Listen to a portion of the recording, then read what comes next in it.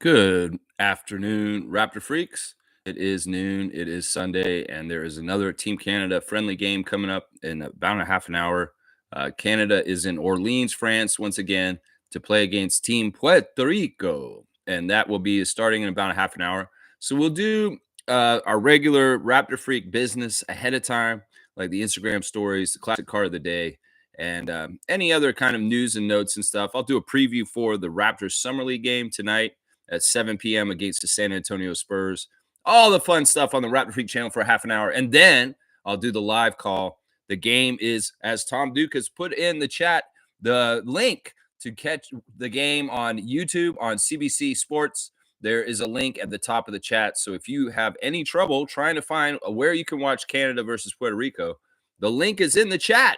Is right there, right there. Tommy Dukey, thank you for being such a helpful producer to the Raptor Freak channel. There is CBC Sports link to watch the game live. Go Canada. That's right, Tommy. Holding it down in Victoria, British Columbia on the west coast of our great country of Canada.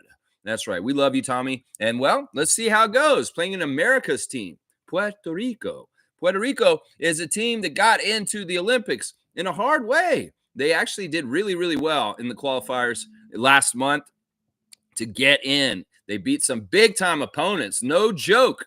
And, they have an interesting team. They have Grand Theft Alvarado. Alvarado, of course, Jose of the New Orleans Pelicans, the backup point guard, the quick-footed, very shifty, quick guy, is the main player for the Puerto Rico team. He is their leading scorer. And then you've got former Raptors replacement player, Tremont Waters, is probably the next one. He's had some very interesting opinions come out recently in the press. But, hey, I don't blame him. And I have nothing wrong with what Tremont Waters is saying.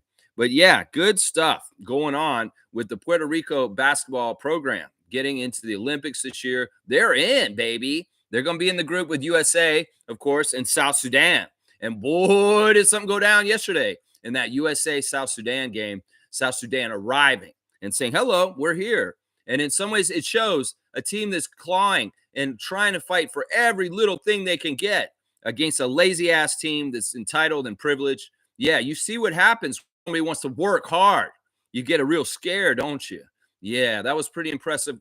Kudos to you, South Sudan, on what you did yesterday with the United States. Of course, they couldn't lose face, and LeBron James would have to make a layup at the last second of the game to win by 1 for Team USA. Very, very interesting action in the friendlies before the Olympics yesterday with that game right there. That's right. James is saying Jose Alvarado is the only NBA player on Puerto Rico. Yeah, I'm going to say this game, we could do what we did on Friday to Wembanyama, Gobert, and France. Yeah, we're going to do something today. In some ways, this is the warm-up for the Olympics that is kind of the real tune-up for really, let's see how powerful we can be against a team that, honestly, we should wipe the floor with. I'm not lying. Seriously. Now, those squeegee kids better be wiping the floor properly this time, and they better do a better job with the moisture on the court, because that was a real problem last time. That's a real problem right there. That's right. That's right. Monique is here. Good morning, Raptor Freak crew. Go Canada. That's right. The Superfan Mo is exactly on one side on this one, and that is the Maple Leaf red and white side of Canada going up against Puerto Rico today. And, yeah, the game will be in about, it says about 25 minutes. I've got the screen up on my TV, and I have the CBC feed that I will be watching. So hopefully I'll be linked up and synced up with you guys on the audio correctly today from the start. Commissioner of Fun, Trevor J. is here. Good afternoon, Raptors family. Life is like an elevator. On your way up, sometimes you have to stop and let some people off. Yeah, I mean, that's true. Hopefully your elevator's going up. That's the thing. And sometimes your elevator may go down a little bit in life. And, well, sometimes you got to go down a little bit to let some of those people off. And then you can go back up. Just a little add-on to Commissioner of Fun, Trevor J's words of wisdom today. I love it. Thank you, Trevor, for being here. He's also at the game tonight for the Raptors versus the Spurs. Trevor J will be in the house for that. Of course, he was at the All-Star game for the WNBA last night in Phoenix. Commissioner J in there saying the place was electric. There was a great crowd and turnout for that event. It was exciting. And women's basketball has arrived, y'all. That's just how it is. All this newfound publicity and attention on the WNBA is well earned. and they're really taking that momentum and running with it at this point. The arrival of Reese and Clark has buoyed the league into a new era, and they're really being successful at continuing the enthusiasm and the great boom of economics for that league. I love to see it, and man, what a great event yesterday. In some ways, like I said, NBA, you could learn some things from the WNBA All-Star Weekend, I think, on how to put on a better show. Yeah, I could say that. Yeah. Trevor's saying from on site, the WNBA smashed the USA team. It was electric in the building last night. Reese got a double-double. As a second rookie in the All-Star game, Clark finished with 4 points, 10 assists, and Obangwale was the MVP with 34 points. Yeah, I like seeing that the WNBA All-Star team won and not the USA team select. That's weird. Is that more symbolic that international players in the WNBA on that other team helped out-talent the American team? I don't know. I don't know the answer to this because I don't know enough about the WNBA yet. But it seems like, some people are raising the alarm that, well, maybe USA should have won that, right? Because they're sending the best players from WNBA to the Olympics, right? Right? Maybe it was just Cheryl Miller's presence, being a badass, one of the greatest women's basketball players ever to live, the older sister of Reggie Miller, coming in and coaching that WNBA team. She's good, y'all. Let's just say that. She's good. That may be part of it right there. Trevor's saying lots of flights canceled in Phoenix today, but we got an early flight this morning, so he's back in Vegas. I'm glad to hear that. I mean, Trevor, I wouldn't doubt that if you were in trouble to get back for a Raptors Summer League game, which doesn't matter anything, you would run in a car and driven from Phoenix to Las Vegas today to make that game if you had to. I'm sure you're just like that. That's our commissioner of fun, Trevor J, and that's how he does it. In fact, this is how I'm doing it today, y'all. I got the THC drink, and I'm going to crack one open for the noon game today. About to start. It looks like we got 22 minutes on the clock now. Yeah, crack it open. If you got them, drink them. It tastes like Mountain Dew, but it's infused with THC. Yeah. I'm inside. Why not? All right, let's do this real quick. Andrew's saying RJ's gonna get 30 today. Let's go, Canada. That's right, Raptor Freak Andrew. I believe in what you're saying. That'd be awesome. In some ways, we want more balance. If one guy's getting 30, maybe that's too much. I like maybe 3 or 4 Team Canada players getting 20 plus.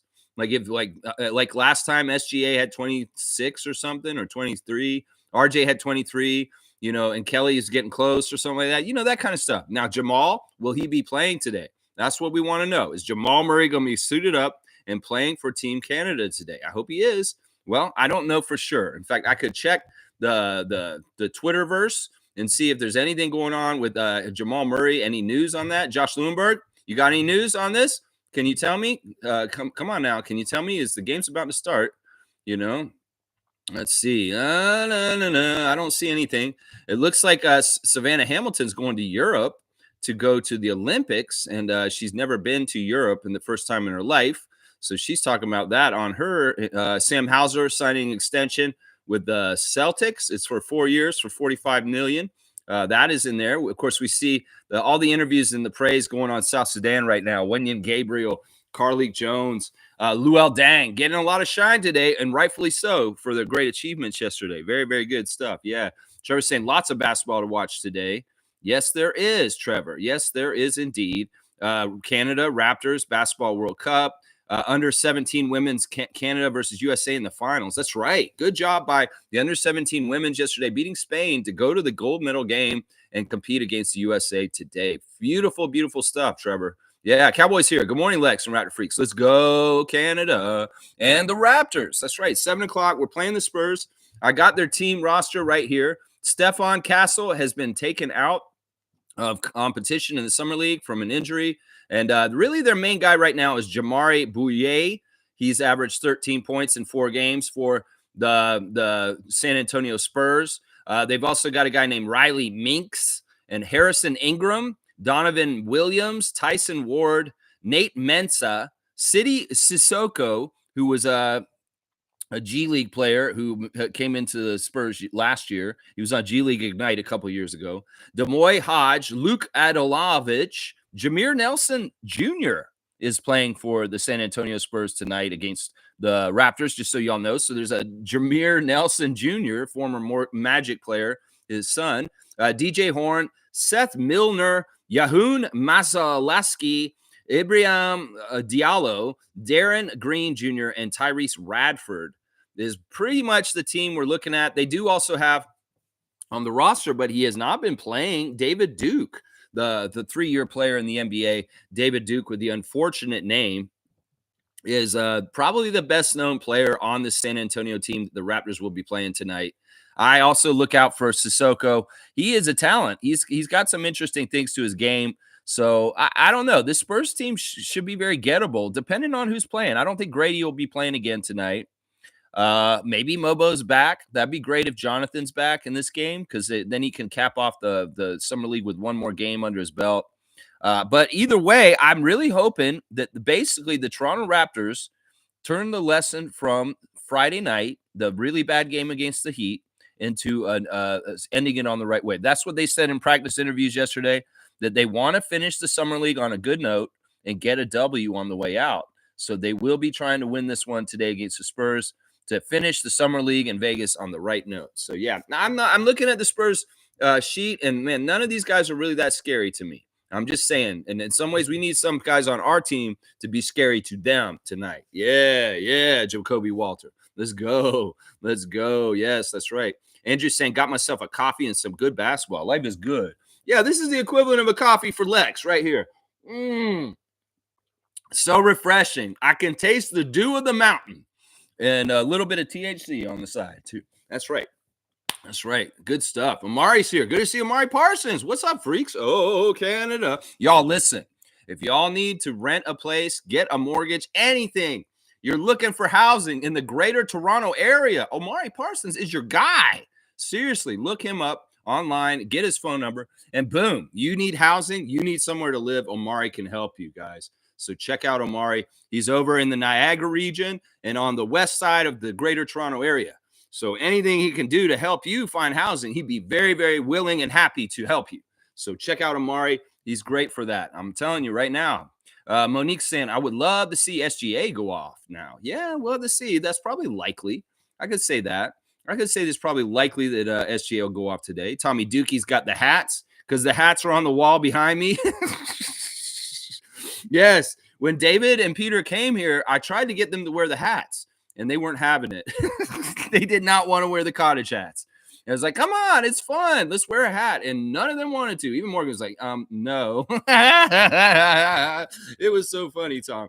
Andrew saying Embiid was foul baiting so hard against South Sudan. It wasn't working. This is one of the great things. It's funny how the world works. Injustices happen. And, well, things even out and make it right in the end.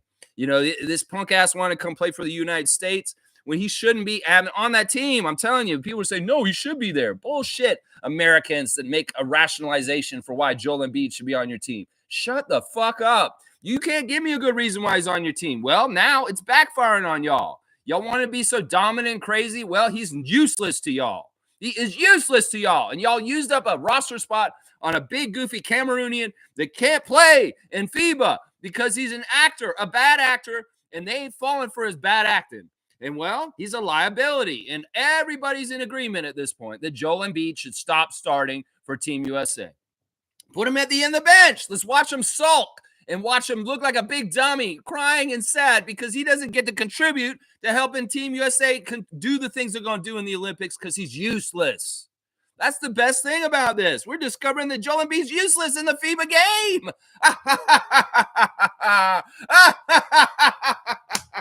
I'll drink to that one. Yeah, here's to that. That's what you get for not showing up for the countries you should be showing up for, like the country of Cameroon, like Pascal Siakam would. That's what you get, Embiid, is what I'll say to that. Yeah. Tom Duke saying, Andrew, that game was nuts. Let's do this. There you go. He's got his coffee. He's got his SGA. That's right. You wish USA had lost, Tommy? Well, I'm glad they didn't, actually. This is not the time for them to get scared shitless because they lost to somebody. It didn't count, Tom. So they need to win these games. Now, in some ways, I'm kind of mad at South Sudan for scaring the hell out of them. But this is a great thing. They're going to play each other again. And them only beating them by 1. Now, in some ways, it's not in South Sudan's favor because now the USA is going to take them very seriously the next time they play them, for sure. In some ways, they should have saved the shot for the next time they played them. But it is what it is. They got themselves on the map and they got notoriety. And in some ways, I can't hate on that for that country and that Olympic program. But, oh, man, in some ways, we didn't want to wake the sleeping lion yet. And in some ways, South Sudan did that too soon. In some ways, that's part of the reason why Jordy was pulling punches against USA in Vegas, is because don't make them raise the alarm and freak out because they're vulnerable too early. Let them be, oh, we're great. Oh, we're the best. And let them have that air of superiority until they get their block knocked off. Don't do it too soon. And some of South Sudan did it too soon. Too soon. Nameless got the hats out. My paisanos, you love the hats. The hat wall is here. That's right. We're about 14 minutes away from the game starting up on the stream. I see there. Yeah, let's see. A Cowboy saying, Tom Dukes, I'm doubling down on what Andrew said. RJ getting 20, and so is Walter for the Raptors. Let's fucking go. I want to see Jacoby Walter pile on more success from the last game. He's feeling more good on Instagram and stuff like that. It's definitely true. Let's see. Tom Dukes saying, morning to Nameless. Nameless dapping everybody and Cowboy dapping. Nameless saying, what's up, my beautiful people? Good to see the crew. Good to see you, Nameless. It's been a little bit, my guy, and always good to see you return to the chat. Cowboy saying, can't wait to watch the Toronto WNBA games. Yeah, I can't either. Cool Cat's here. Good morning, Raptor Freak crew. Time for a broadcasting national game. Let's go. That's right, Cool Cat. I appreciate that Coach Cool Cat enjoys my call. And, well, we're going to do it again very, very soon. G's got the Canada flag out. I love to see him representing our country. Brian's here. What's up, Freak Nation? I shouted y'all out on my last episode. Alley-oop to all of y'all. There you go. Brian from To The Point. He brought out his new clip yesterday, and apparently he did a shout out to us, guys. So we need to do the right thing. Go to his channel, To The Point, 2.0. The Point, and watch his new clip because he's giving us a shout out. Raptor Freak channel. That's right. Fiercey's here. Good afternoon, fam, and happy Sunday. Lex, I made a mistake. According to the Raptors app, the game is at 7 p.m. later, not 7:30. Okay, well, either way, I'll be ready. But I appreciate you telling me that. And Fiercey's saying, good for you, Trevor. Glad you caught a flight. My cousin was traveling from Dallas to Montreal yesterday, and it got canceled. So annoying as it now derails his plans in Canada. This is just the common story for everybody this week. In fact, this was so bad because of this glitch that happened on computer systems a couple of days ago that some of the WNBA All-Stars didn't make it to the WNBA All-Star weekend. There was a lot of people's lives affected by this crazy-ass thing. And this is exactly why monopolies are bad for life.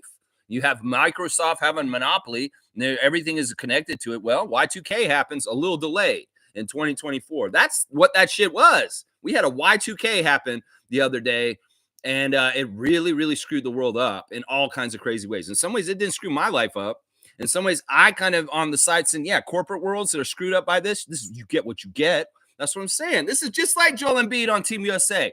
It is how it is because y'all set it up like this where you learn tough mistakes, just like flooding out the downtown core of Toronto last week. These are tough mistakes for idiots that didn't have the kind of preparedness. All they thought about was this, but they didn't think about all the different things they need to think about there where they could be weaknesses and then problems. And, well, yeah, that's what this is. I don't want to go on too much about this. Seriously, Cowboys saying Mobley signing is supposed to be signing a big deal. I'm so glad we got Scotty. Let's go. His contract looks crazy to me. Considering what he does, his contract looks crazy to me. Now, people are going to say Scotty's overpaid. You better fucking say Evan Mobley's overpaid because Scotty's not overpaid compared to Evan Mobley. I'm going to say that right now. Amari's saying that sombrero is fire. I would rock that with a Scotty jersey. Yeah, I think that my grandfather really loved to go to Mexico, and he bought that sombrero in Mexico like probably in like the 60s or 70s. So, yeah, that's a very old sombrero from like a long, long time ago. Let's just say that. Yeah. Let's see. Cowboys saying, how does the drink taste, Lex? Big up to Omari. You know, this is just like Mountain Dew, Cowboy. This is really much like they even have the kind of thing that looks like it, you know. And this is the thing. I've got two of them ready. I've got the blue Mountain Dew one too. So I've got two, one for each half. So, all right, we're only at 10 minutes to go. So you know what? Y'all stop with the chat. We need to take care of business. I know y'all are excited to talk to me, but y'all filling up the chat is not helping things right now because I want to do the classic car of the day. and I want to get ready for the show. I got to do Instagram check, all this kind of stuff before the show, and we only under 10 minutes. Oh, this is fun. This is fun. All right, guys, we're gonna do this card right here. This is the classic card of the day. Don't shoot your shot right now. You're not going to get a chance to answer, so don't write in right now. Fiercely, you're too late. All right, here we go. Here's the classic card. Actually, you can't really see his face if I do it that way. There's a classic card. Now, I will tell you, this is a Raptor. Yeah, who is this? Who is this? Yeah, you like my meltdown on Jonte the other day? Yeah, I went off on Jonte. That was good. Who is that, guys? You know, this guy's birthday tomorrow, guys. I'm going to say this guy's birthday on the Raptor birthdays tomorrow. Just so you know. There you go. Amari got it. Good to see Amari Parsons getting this one. This is original Raptors expansion player, Alvin Robertson, who played for the Milwaukee Bucks at this time. Of course, Alvin Robertson was a domestic violence person who went to prison for beating his wife.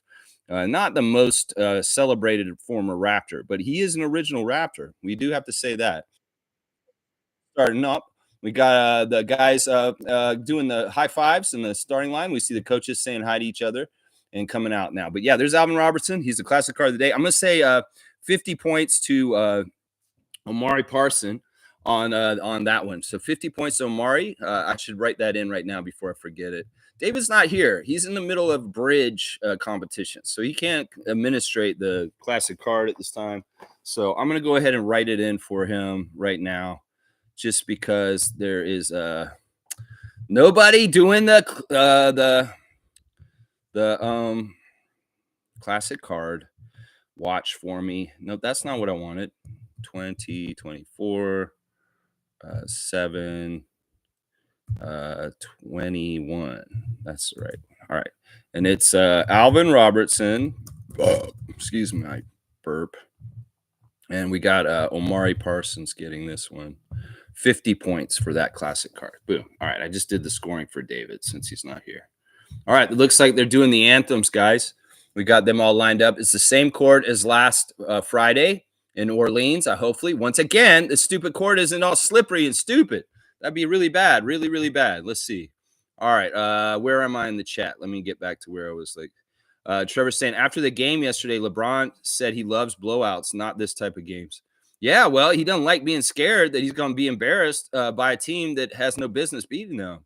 And, well, good job, South Sudan. You guys are awesome. You know what? Royal Ivy's probably going to get some coaching in interviews because of it. Some of those guys on South Sudan may be coming to NBA very soon. It's stuff like that that's so great about it. Fiercely saying WNBA All-Stars dominating Team USA. They were so salty after the loss. You could sense the salt shaker sprinkling all over them. I'm all for the underdogs. So yay to the snubbed All-Stars. There you go. There you go, Fiercely. I like that. Thank you for the link, Tom. There you go. There's the link to watch it. Brian saying Embiid should start so the USA loses so they can shut up and show what real ball is. Okay, King. I like that. Cowboy saying alley-oop to Tommy. All right, I can do that. I am running out of time, though. It gets me real worried. Dylan Brooks looking like a psycho, looking straight at the back of Kem Birch's neck. That's very, very psycho looking, the way Kem Birch is looking right there. So we want to give Tommy a dunk. Yeah, not too many dunks while this is going on, Cowboy, just so you know, because you're making me juggle so many balls with team watching this, watching y'all chat, and trying to go to the spreadsheet to put dunks in. I cannot do that, Cowboy. So limit your dunks today, please. Please. So he's saying, yeah, the blood lab. The blood lab I was at had to close because of the outage. That's crazy. See, I'm telling you, this is like Y2K stuff that happened the other day. It's not going to get any better. This is why monopolies suck. Monopolies destroyed wrestling. Monopolies will destroy all kinds of things. There needs to be a diversification of choice as far as what you buy, especially in like the meat markets like this. There's only a couple companies that are in charge of all the meats that we're selling now. That shouldn't be like that. It's really, really bad. Really, really bad. Guardian Transit saying 6 more sleeps till Team Canada plays the opener. Well, they're playing right now. Let's get this in. It looks like Jamal is dressed and ready to play. So I think Murray is going to be playing today. This is very, very good. Very, very good. There's Tremont Waters. There's Jose Alvarado on the Puerto Rico side. These guys showing unity. Puerto Rico's in a place where they feel really blessed to be where they are. I'm telling you. Andrew's saying people were saying Scotty was overpaid, but when it's Mobley or Cade getting the same deal, it's a good deal. Shaking my head. Well, Cade, it's a good deal because Detroit's got to do what they got to do to try and do what they can do. And I'm surprised Cade did that because, honestly, if I was him, I'd probably want to get the hell out of Detroit as quickly as possible. Evan Mobley's overpaid. That's going to be a bad contract for Cleveland over the years. And, well, we're going to see it. I'll say it right now. Yeah, Fusey saying Cavs were fleeced by Mobley. I guess good for him and his agent. We have amazing value for Scotty. He's the future face of the league. Yes, I agree with all that. Nameless saying, I was dying of laughter at your epic meltdown the other day. Yeah, it was really good, eh? Really, really good. Fiercely saying, we can't help but chatting, Lex. Too much fun. All right. That's what's going on. Home invader. Amari said, Alvin Robertson's a home invader. They're doing the warm-up lines right now. We see Dwight Powell jumping around. Of course, it was Dwight Powell's birthday the other day. There's the refs. The refs look. One guy looks like Klay Thompson. Yeah, these are not American refs. I can tell. Let's see. Alley-oop to Brian. We'll check your channel. Let's go, Comshay. Let's go, Comshay. All right. Yeah. Sorrel is a wild middle name. Sorrel. Yeah, Sorrel is a wild middle name for sure. For sure. All right. Let's see. You want me to give a dunk to Brian? See, I can't do this today. In some ways, like I said. All right. You got the DeMar DeRozan 10, Brian. Brian, you got a dunk today. I can't do too many, though. Seriously, it's too much to do. Bad as in not a good person. Yeah, Alvin Robertson, not a good person. And that's why we don't talk about him on this channel very often. But he is an original Raptor. He did play our first season, and he was the second leading scorer behind Damon Stoudemire. All right, there's the starters for Puerto Rico. Tremont Waters Alvarado as a double point guard backcourt. They've got a swing man named Pinero, who's really kind of a swing. And then you've got two centers down low, Fernandez and Condit. That is who their starting lineup is. Yeah, and they don't really – I mean, really it is. Alvarado is the only true NBA player. You could kind of say Tremont Waters is an NBA player, but not really. Not really. Yeah, let's see. Tristan saying, are you guys watching this one on TV? I don't see it anywhere. It's on YouTube. Tommy's got the link a little bit higher, Tristan, so you can find it. He steals for a living. Very fitting. Yeah, this is the thing. Now, the one thing about Alvin Robertson is he's one of the few guys in the league that got the quadruple double. He got the assists, points, rebounds, and steals quadruple double. So he's had a double-digit steals game with double digits in points, double digits in rebounds. So, I mean, it's not that he's a bad player. This dude was an all-star. This dude had quality minutes. You see, he's averaging 19.6 for San Antonio and 88. You know, he's a good player. It's just that he's a scummy human being. Yeah, there you go. Scotty's worth every penny in a bag of chips. Yeah, if you go to Subway, you can get the chips. Cowboy. That's right. Oh, yeah, there you go. Good luck to David and Mojo in their game. All right, here's our starting lineup. We got Dort starting still, which is interesting. So Murray's going to come off the bench. I actually agree with this. So SGA, Dort, RJ Barrett, Dylan Brooks, and Dwight Powell. It's a small lineup. And in some ways, some people say, why aren't they starting Jamal Murray? Well, you know what? In some ways, they're taking the advice that we had in one of the early game against USA, that maybe they need to split SGA and Jamal up on the two teams so that we have a really powerful offensive player on both the bench and in the starting lineup. So it's like, think about this. We come out and Jamal's the leader of this bench unit coming in. Well, hey, hello. So we're kind of getting what we wanted after our critique after Canada lost to USA. So, yeah, this game is being played in Orleans, France. It's not in Paris. It's in the same arena that they played France on Friday night, Andrew. So, yeah, that's where they're playing. Let's see. Comet Arena in France. It seats 10,000. It's an arena convention center. Yeah, Brian's saying, laughing my ass off. I'll take the D Rose because they not like us. There you go. All right, Brian. Yeah, I mean, he's the best 10 for our franchise for sure. DeMar is. So that's why if I say 10 dunks, it's got to be DeMar, even if in some ways he's saying he's not like us anymore. Let's see. Andrew's thanking Tom. Tom's saying, looks like a few hundred showed up for this game, shaking my head. So, yeah, this isn't as packed as the game on Friday for the France game. But in some ways, we don't care about that, Tommy. In some ways, they don't want to come watch Canada. Great NBA players that are on Canada. Well, that's their loss, France. You jabronis. Our whole team is pretty much NBA. You could be watching RJ Barrett, Jamal Murray, and SGA, Dylan Brooks. But you clowns are somewhere else. You don't want to come in and boo Dylan Brooks, French players? French people, why don't you come in and boo Dylan Brooks? It's fun, isn't it? Don't y'all like to be all crazy and mad and stuff?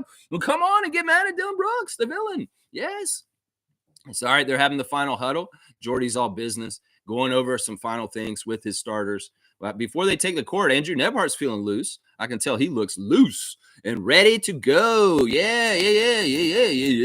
Tom is the effing man. Yes. We're saying, who does number 5 play for in the NBA? I can't pronounce his name. Number 5? Who are you talking about? Which number 5? Who are you talking about? You talking about on Canada or Puerto Rico? You got to elaborate. Got to elaborate. Tom's saying, Canada's being played. Yeah, I can't hear it. I don't have the volume on. I'm sorry. I can't. I'm just going to talk because I'm doing the audio. I'm not going to listen to them. I can't hear anything they're saying on the broadcast. I'm only going to talk over it and look at the visual. So if they say something and I say something at the same time, well, it's because we just haven't say something at the same time. That's all right there. Yeah. Andrew saying fans not showing up because they're salty. We beat them the other day. No, it may be partly because it's Sunday. It may be partly because, I mean, maybe they don't think this is a marquee matchup. Who cares? There are quite a few people in there. Tommy's kind of, there's a lot of people there. And, also people may be late comers. This is right at the beginning of the game. There may be more of it filled in as the game goes on. We got to remember that too. All right, they're about to jump the ball, guys. They're about to jump the ball. Yeah, and looks like I go right to the end of the chat right now for Canada. Number 5 for Canada is I don't remember. Yeah, you really put me on the spot, Smooth. I don't remember them by their numbers. When we see number 5, I'll tell you who it is. But I'm pretty sure is it Melvin Ejim or something like that. I don't know. All right, he's showing the ball. He's bringing it to center court. The guy's about to throw it up. That's right. Before it starts, alley-oop to me, Cowboy. Oh, geez, I can't do that, Cowboy. You really make my detention go the wrong way when you do that. All right, here we go. We get the jump, but it's a really bobble play. And Dylan had it, and he looked like he was going to try and score, but it didn't come to fruition. Alvarado with the ball, operating against Gilgeous-Alexander. Now they've got number 28 for Puerto Rico to Tremont Waters. Back over to Alvarado. He's operating, and he tries to shoot a side shot. He makes it over Dwight Powell. They can't let Alvarado get going. Oh, nice pick by RJ, peeling off Alvarado off of Gilgeous-Alexander. Gilgeous working with Dylan Brooks and RJ Barrett around the side. Dylan getting aggressive, going right at the Puerto Rico defender. They knock it out of bounds. Tipped up by Puerto Rico out of bounds. Canada ball, 2-0 to start the game. So far, Alvarado with a nice little baseline jumper to open up the scoring. Dwight Powell getting the ball inbounded to him. Now Dort has it. He's looking, and he gets Brooks with room. He takes the shot, and he nails it. Yeah, that's a lot of room to leave Dylan Brooks open. Excuse me. I'm going to drink some of this real quick. So the score is tied 2-2. Early in the game. Corner 3 for Puerto Rico. It rims out, and the rebound's tracked down by Gilgeous-Alexander. He's coming back up the court. He tosses it over to RJ. RJ's attacking. He kind of loses the ball, and then there's a jump ball called between the French and Canadian RJ Barrett. Yeah, because they both got their hands on it. He didn't have it loose, and they're both holding it. It is jump ball. So I agree with that call. Really nice curl jump by a jump shot by Dylan Brooks. Now, they do possession arrow. They don't actually do the jump ball. So France will get the ball on this one. But the next time there's a jump ball, Canada's possession, it'll be theirs. I mean, I should say Puerto Rico. I don't know why I said France. It's Puerto Rico. All right, RJ throwing it into SGA's got some nice lavender or pink shoes on. He's backing down Alvarado, posting him. I love it. And Dylan's just in the middle of the lane. He takes an easy shot, but he gets his own miss. And RJ takes a long 3. He misses that. Tighten up, Canada. You got some really good opportunities there. You got to make sure they go in. Really, really good opportunities right around there. Those were easy shots, to be honest. All right, there's a looper down the lane, and he's getting contact, and he's going to the line. That's the swing man, Pinero, for Puerto Rico, attacking and getting a nice possible three-point play. Dylan Brooks kind of hitting him on the arm, and he's able to finish still. Come on, Dylan. Yeah, he didn't like that. Dylan's like, this is annoying. So 4-2 for Puerto Rico so far. Yes, sir. Yes, sirski. Yeah. Yeah, for Canada. Yeah. All right, let's see what happens here. Will he make the free throw? Pinero. He's basically their only forward. There's 2 centers and 2 point guards and a forward on the starters for Puerto Rico. He misses the free throw, and Dwight Powell gets the rebound. And we're coming back the other way with the Maple Leafs. Let's see what happens here. I shouldn't say Maple Leafs. The Canadians, yes. Here we go. Here's Dylan Brooks over to SGA. SGA over to RJ Barrett. He's attacking, doing a spin move around, and he gets to the drop. Very beautiful spin move by RJ. something that Raptors fans are going to want to see a lot this year from him. Dort was hunting the steal. He didn't get there in time. The big man trying to take it to Dwight Dylan Brooks, no good. A good defense by Canada, undersized in that situation. SGA, a little bit of a dribble into Pinheiro. He's going to try and go around him and up. Oh, blocked by Pinheiro. And then Dylan takes it strong himself and comes up with one hand and puts up and over. Good job, Dylan Brooks, cleaning it up. He's been very active and getting to loose balls and getting Canada more possessions and more shots. So good job by Dylan Brooks so far being active to the loose ball. There's a long three by Alvarado. It's miss. And Dylan Brooks gets the ball before it goes out of bounds. Coming back the other way, he throws it in down low to RJ, who's got Alvarado. That's a really good mismatch. Come on, take it to him. And Alvarado hits his hand. He does the small guy, Fred VanVleet, and smacks the hand as he turns. That's a Kyle Lowry move.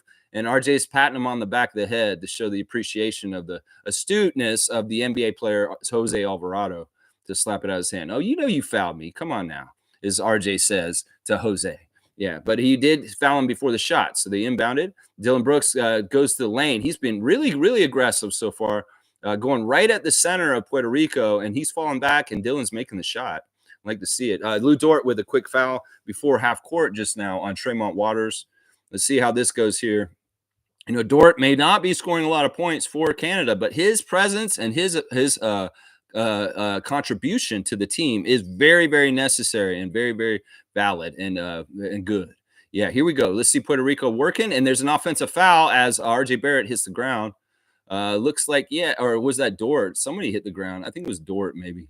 But yeah, somebody. Oh, he's getting the squeegee kids. RJ's like, you get out here, squeegee kids. You better squeegee this floor, you squeegee kids. The squeegee kids are an important part of this game. He's like, we ain't having this shit from Friday night where people are slipping, sliding like it's a slip and slide wet banana out in the yard with the kids and the sprinkler. You better squeegee that floor, Orleans children. Squeegee kids, you better squeegee that floor. That's right. RJ ain't having it. He's like, you get over here. He's just like pointing at the floor. Okay, the ball's inbounds, and Jose is hounding SGA. RJ has it now. Over to Dylan. Dylan to Dwight. He wants to give it back to the runner-up for the NBA MVP this past season, Shai Gilgeous-Alexander of the Oklahoma City Thunder. There's a quick foul by Alvarado, or he hit it out. It's still Canada's ball. Dwight Powell gets the inbounds. RJ coming right down the middle of the lane. We know what he does when he does that. Nice, beautiful left-hand layup. Nobody's stopping that. If he gets that momentum, he's coming downhill. You're not going to stop him. I'm sorry. You just are not. Dort on Waters, hounding him good, makes him shoot a really tough shot, but he makes it. Very, very good shot by Tremont Waters, former Raptor. Of course, we know Tremont Waters was the replacement player, one of the few that showed up an hour before the game against the Cleveland Cavaliers on a Boxing Day a few years ago. There's a really bad falling down. Alvarado saves it, though, and he gets it to his big man, throws it through the legs. That was almost a play where SGA could have stole it, but headiness by Jose Alvarado in that situation. It's 10-8, Canada up by 2 currently with 5 minutes to go in the first quarter.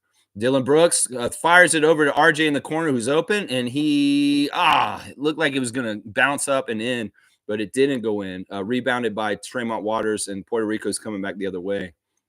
See what happens here. He gets a screen from his center, and he's coming down the middle. He's trying to get up over. He takes a quick shot. He misses. RJ coming back with numbers. Let's see what happens. He comes in and he puts it up strong. Another left-handed layup by RJ Barrett. I think you guys might have been right when you were saying that you think RJ's going to get 30. You guys might be right on what's happening so far in this game. I think that was a good prediction by the couple of y'all that were saying that, Cowboy and such. Yeah. Yeah, Andrew, I think, was the one who said that. Yeah. Oh, the big man goes up strong, but he's challenged by Dylan Brooks, but they don't give up, and Pinheiro puts the offensive rebound in. 10-12 for Canada, 4.5 to go in the first. SGA comes around and picked by Dwight Powell. He gets the switch on the center, but then he gives it back to Powell, who runs over the Puerto Rico player. It looks like it's an offensive foul. Just ran him right over, right down the lane. You know, Dwight Powell's not the most graceful player. It's an ugly game. But you know what? He does the nitty-gritty, dirty stuff, the important stuff. Actually, you know what? He wasn't set. The French player was the Puerto Rican player was not set. So it's actually a foul on Puerto Rico, and the ball will stay on Canada's side. So, that's good. That's very good. The big man, one of the big men for Puerto Rico reminds me of Marvin Bagley Jr. You see that guy out there who's got the hair? He looks kind of like Marvin Bagley. It's really weird. Let's see what happens here. Dort's going to take a shot. He hasn't taken many shots recently. He misses, and Puerto Rico's coming back the other way. Tremont Waters in transition with Dort finding him, the little fancy dribble. Goes around Puerto Rican Marvin Bagley. Marvin Bagley gives it up to the other center, and he jams it, kind of hiding the back door. Yeah, here we go. Here's Dylan Brooks coming back the other way. He gives it SGA, or no, to RJ. And Dort has it. Now back to his teammate on the Thunder, Gilgeous Alexander, who's working against Alvarado. There's a size advantage there. He flips it up over the center and misses. It was ugly. It could have gone in, though, easily. Jamal Murray looks like he's ready to get in the game. They showed him on the bench just now. The centers on the offensive boards are killing Canada right now. Romero is specifically doing some real damage with Canada not getting the defensive rebound to stop them. It looked like there was going to be a timeout. Oh, wait, there is. And RJ's over talking to the refs. He wants to plead his case. He's talking to the refs real quick. But, yeah, they've got to clean this up. Maybe Canada needs to run two bigs for a little bit just to keep the two bigs of Puerto Rico off the boards. So maybe we need to see some, dare I say, Kem Birch very, very soon. I'd like to see that. Yeah. Andrew's saying we need to dominate this game. Yeah. I mean, it's a tune-up. It's not absolutely necessary, but it would feel good. It looked real good. It'd be good for momentum going into the games that are going to matter. Yeah. Fierce's got Villain Dylan on blast. Villain Brooks. There you go. Dylan looks hungry. That's right, Andrew. And Brian's saying, laugh out loud. Don't need to watch the game. Just go listen to Lex. It's like listening to the radio back in the day. Yeah. All right. 14-12. Puerto Rico up currently in the game. Don't expect that for long, especially if Blue Arrow's coming in the game very soon. He's going to start bombing. As they say, the Jamal Murray on Team Canada is the nuclear option. And that if things are really crazy and they need to go nuclear, they're going to go get Jamal Murray to come in and drop the bomb, is basically what they've been saying and stuff like that. Yeah, yeah. I appreciate that, Brian. That's a big compliment. And Cowboy, I will do the dunk now since we have such a long pause in the game. Let's see. I'm at 89. Thank you, Cowboy, for the dunk for me. I appreciate it. Yeah, they just got to get boxing out on these guys. They've been kind of slipping into the back door and hiding underneath the rim. And then also, somebody's not finding the two different big men. So between Romero and fake Puerto Rican Marvin Bagley, they need to find these two guys. They need to find them. They can't be having this. They can't be having it go like this in some ways. Yeah, yeah. Leo Routen's life tips for today. A good life is when you assume nothing, do more, need less, smile often, dream big, laugh a lot, and realize how blessed you are. Thank you, Leo Routens, for your life tips. And Leo's been very outspoken lately. He was going off about the traffic in Liberty Village yesterday on Twitter because he lives down near there. And he's saying that city planners didn't do a good job building a whole bunch of condos without the infrastructure for the roads to handle that amount of population living in that area. Jamal is inserted the game. He's going to inbound the ball for Team Canada as the game is resuming right now. Nickeil Alexander-Walker gets the inbounds pass as he is coming in the game also. It looks like there's wholesale changes. Trey Lyles is out there. Actually, they kept Dylan Brooks and RJ Barrett in there. So Trey Lyles, Nickeil, and Jamal are in now. Very bad work by Jamal and Trey Lyles, but he hunts it down, but he goes out of bounds anyway. Man, that sucks. Tighten up, Team Canada. In some ways, the stuff we've seen with Jamal Murray so far on Team Canada has not been the smoothest. And in some ways, we do need him to get the chemistry and the connection with the other guys more sussed out and figured out and cohesive, so to speak. Yeah. So there's is that former Raptor Carlos Arroyo? No, but he is around the Puerto Rico team. Of course, Carlos Arroyo, a great Raptor legend from back in the day. He is involved with the Puerto Rico program in some function. I don't know exactly. All right, here's Alvarado going at Murray. He gets it around. But, yeah, see, Team Canada is going to have too much talent. Jamal probably should have gave it up to RJ before he got fouled because RJ was ahead, and Jamal trying to take a couple of dribbles right there is past Panera is not the right move. He kind of gave him a lariat there. Looked like he gave him a good forearm to the face there. So Canada's ball, it's a non-shooting foul, but it is a foul on Panero at this point. He's his first one.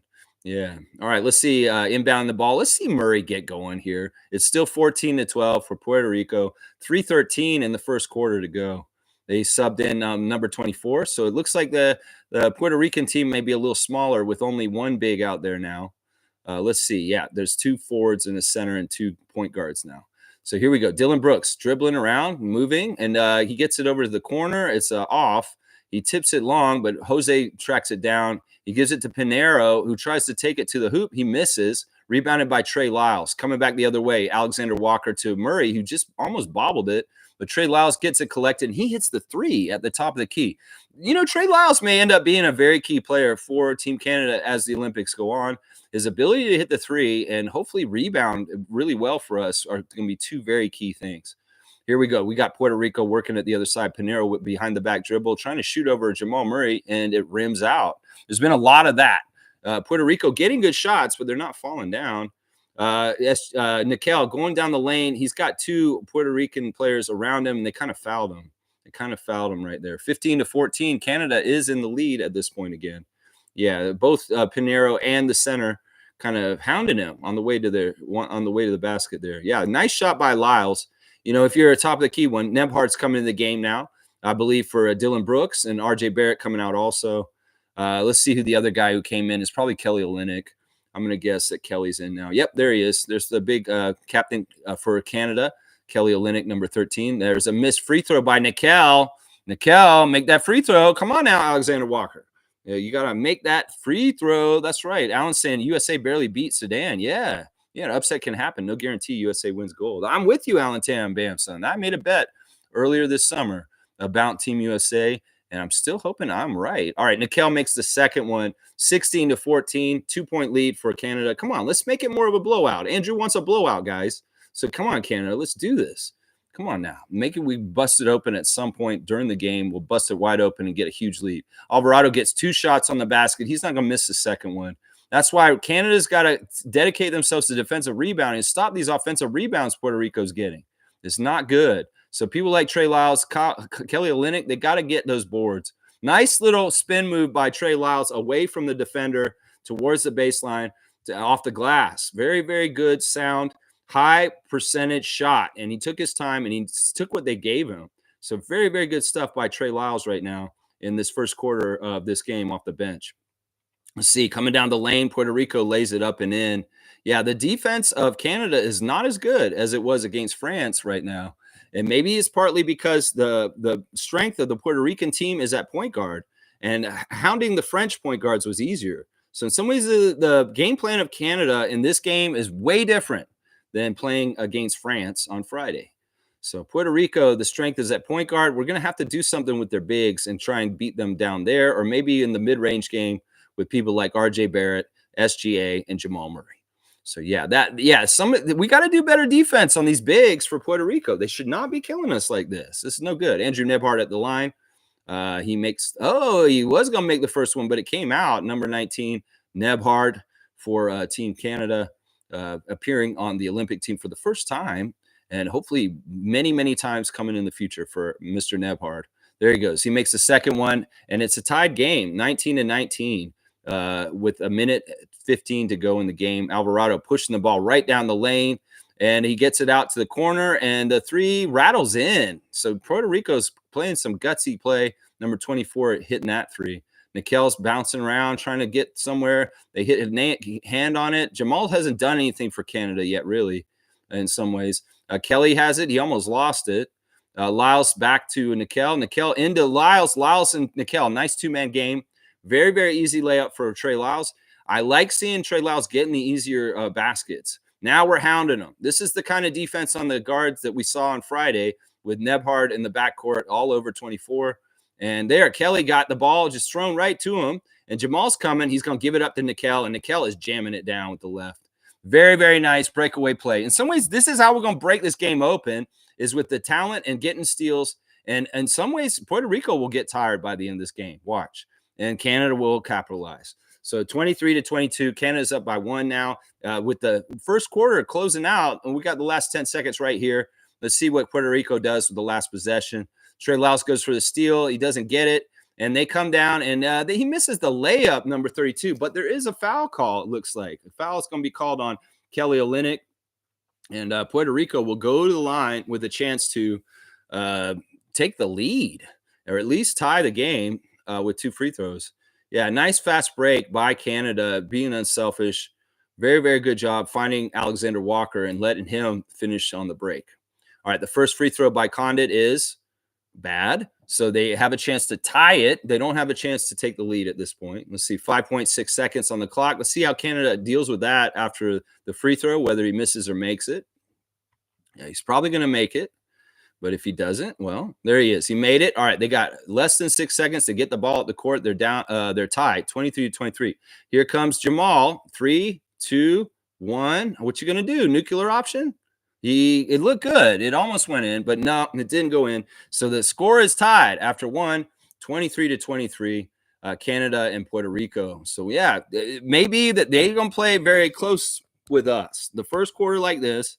But as the game goes on, there will be more opportunities for Canada to jump on away from them at some point. I'm going to say that right now because of the talent, because there's 2 lineups of Canada that are NBA level.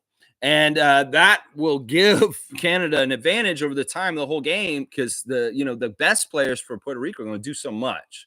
Alvarado, Tremont Waters, they'll be tired as the game goes on because they're doing almost everything for that team.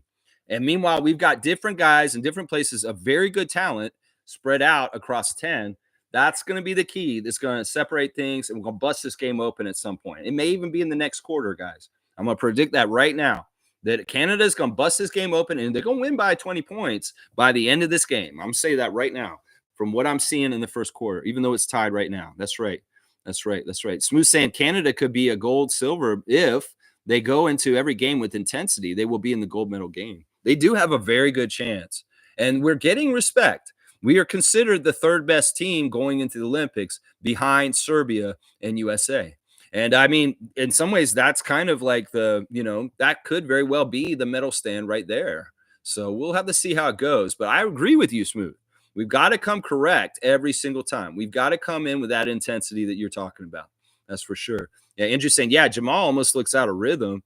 When Puerto Rico gets to its bench, it's going to be ugly for them. Yeah, that's the big difference between these 2 teams is they don't have this kind of talent depth that we have. We have it like USA does in some ways. I mean, they're on another level of talent depth as far as all-stars and Hall of Famers. But Canada does have NBA depth on their team that's very valuable in this competition. Yeah, Jamal's having a hard time lining up with everybody. In some ways, I don't want him to be too casual. I want him to get very serious. Because in some ways he looks like he's having fun and he may not be taking things as seriously as somebody like RJ is. So Jamal, get serious, please. I know that you need to be loose, maybe the play your absolute best, but let's get serious here. Come on now. When we see them back on the court, they're coming back out right now. Let's see what happens here. Yeah, Cool Cat saying Puerto Rico's good, hustling team.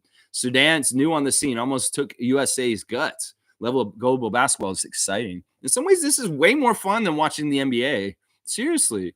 In some ways, I like international FIBA basketball because in some ways it's the countries, the Olympics, it's the identities of the countries are all very different. And of course, it's a lot more fun for us up in Canada now that we have a big time player playing team. Our team is we're a big time player on the global stage now. There's Jamal off a nice screen, but he doesn't make the shot. I want you dialed in, Murray. Don't be messing around. Come on now, Kitchener. All right, then they come back after that missed 3, and they come and score on the break. See, this is no good. Jamal Murray, you can come as advertised. And this is why I tell people, don't just want to stack the team with a bunch of NBA guys. You want to stack the team with guys that make sense and fit each other. And in some ways, Jamal Murray has not been helping us like Joel Embiid hasn't been helping USA. There you go, Kelly Olynyk. Well, all right, there's a start right there. Jamal Murray with a very nice touch pass. Kelly who gets a nice, easy layup. There you go. There you go, Jamal. Now you're on your way back.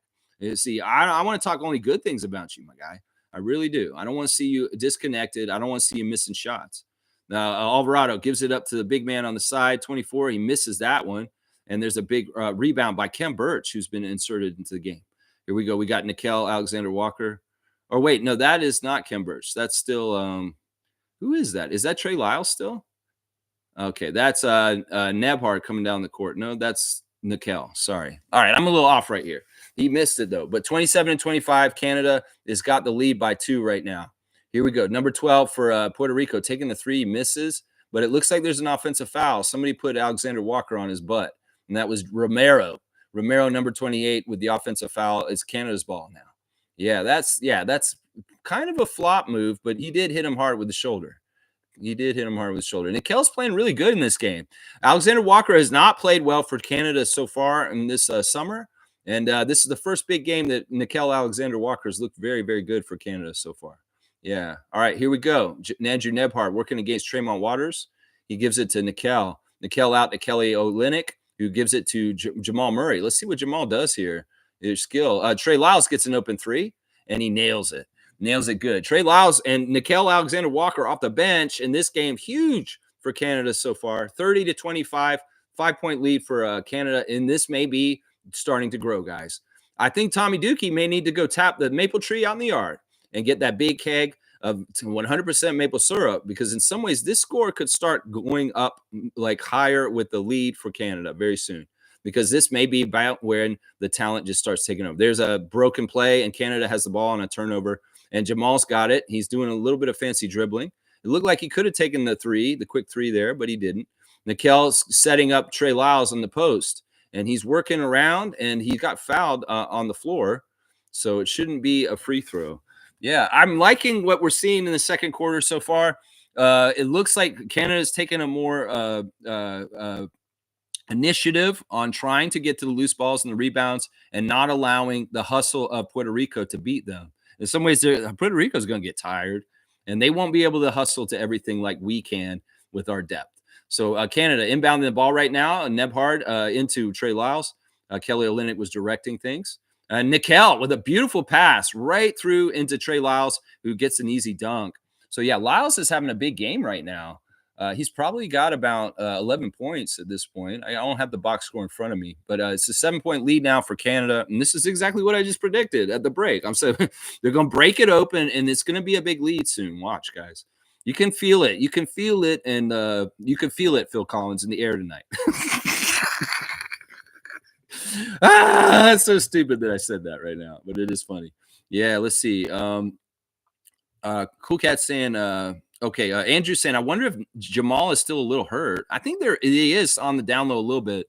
I don't know what it is. In some ways, I worry about Jamal Murray not taking being on Canada as seriously as the other guys on the team, because in some ways he's a certain level of superstar. In some ways, I know he gets real serious for the Nuggets, but he needs to do that here too. Maybe Dylan Brooks needs to sit down and talk to him a little bit. Talk to him about how things need to be a little more serious, Jamal. You're a little too smiley and jokey.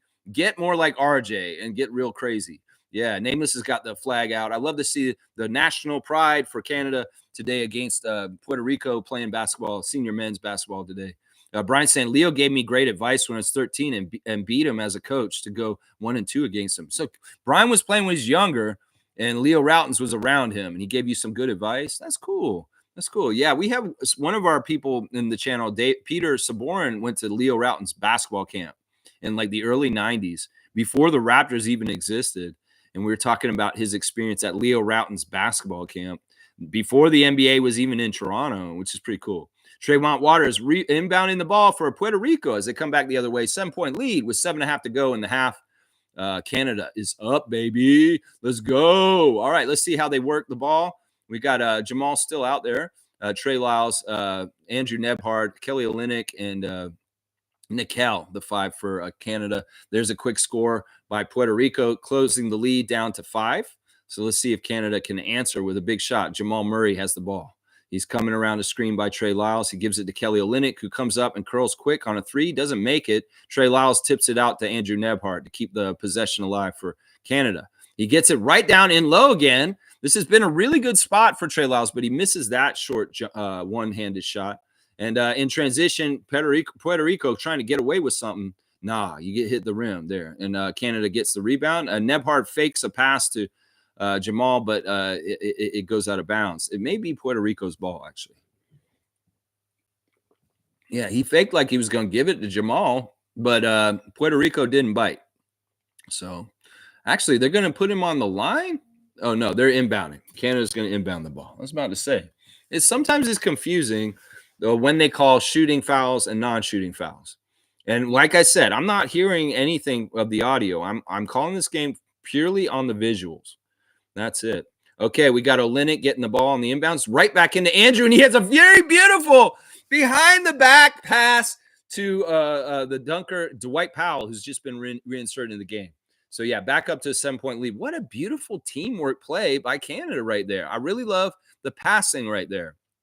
The headiness of young Andrew Nebhard to put that ball around his back and give it to him like that. Yeah, it's awesome. SGA is also back in the game. Very beautiful play. Easy does it. Easy does it. Just don't hit your head on the backboard, Dwight.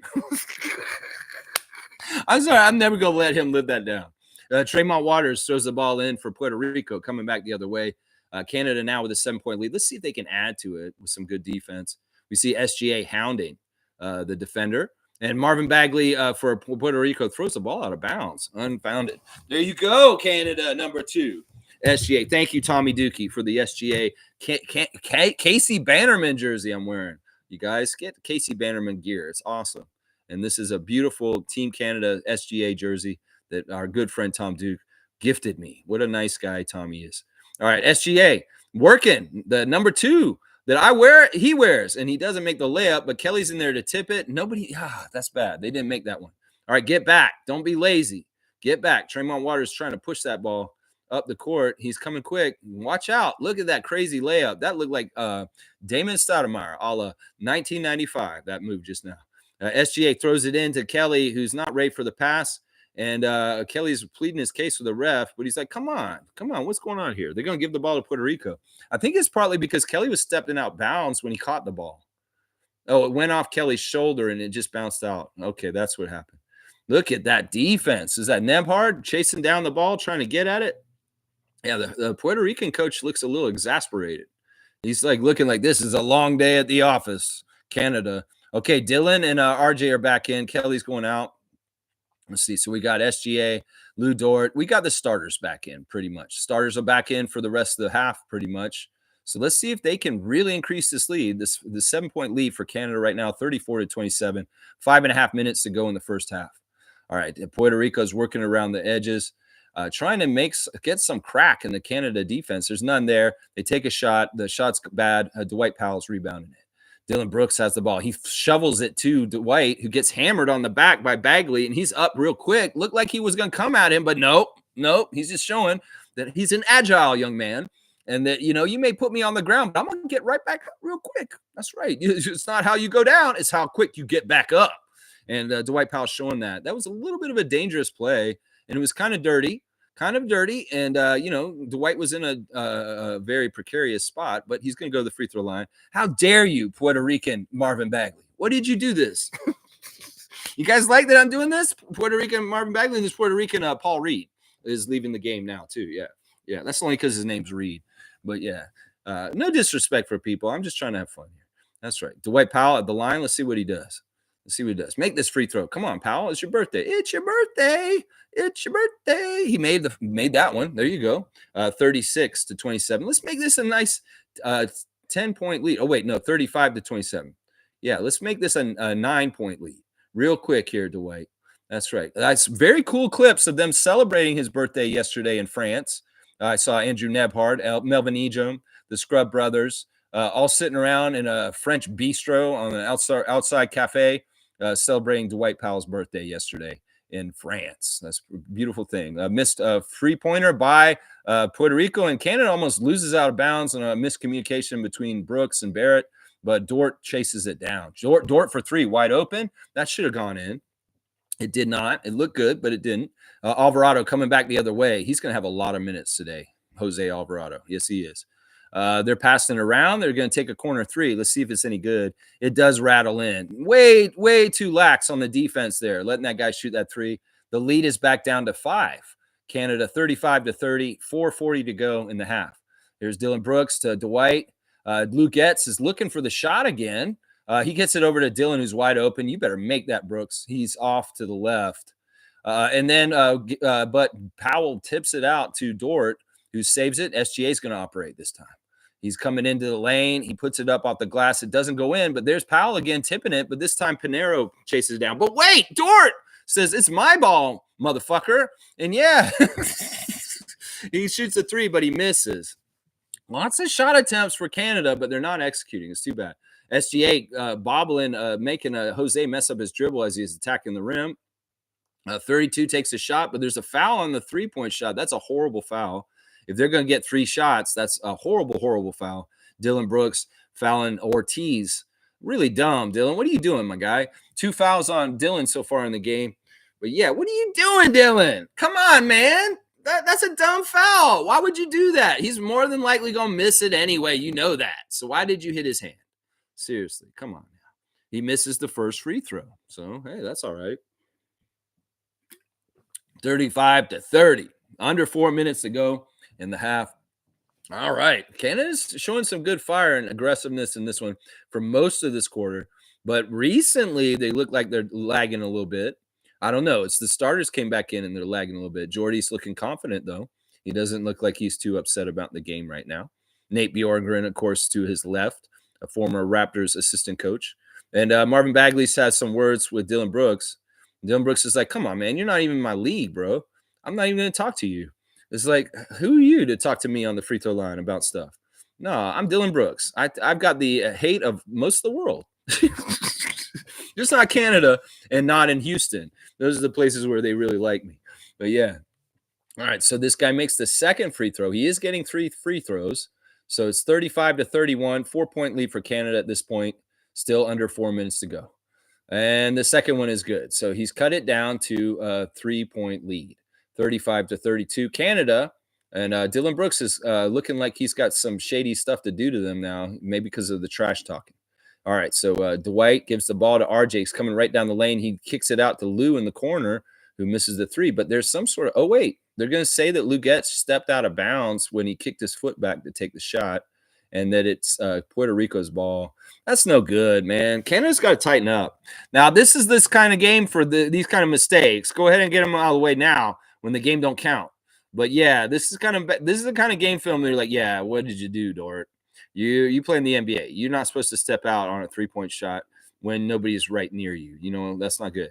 Tremont throwing the alley-oop to the big Bagley of Puerto Rico, but he misses. Really, really bad layup. Really bad. All right, look at that beautiful pass by RJ, but Dylan gets hit in the air, so he's going to go to the line.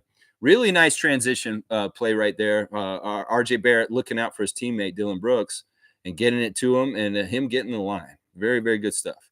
Yeah, that's Pinero basically hitting him on the hand so that he can't get that shot up there. So Dylan will go to the line. Dylan's a good free throw shooter. He takes these pretty seriously. That's the thing. Dylan Brooks is a weird player.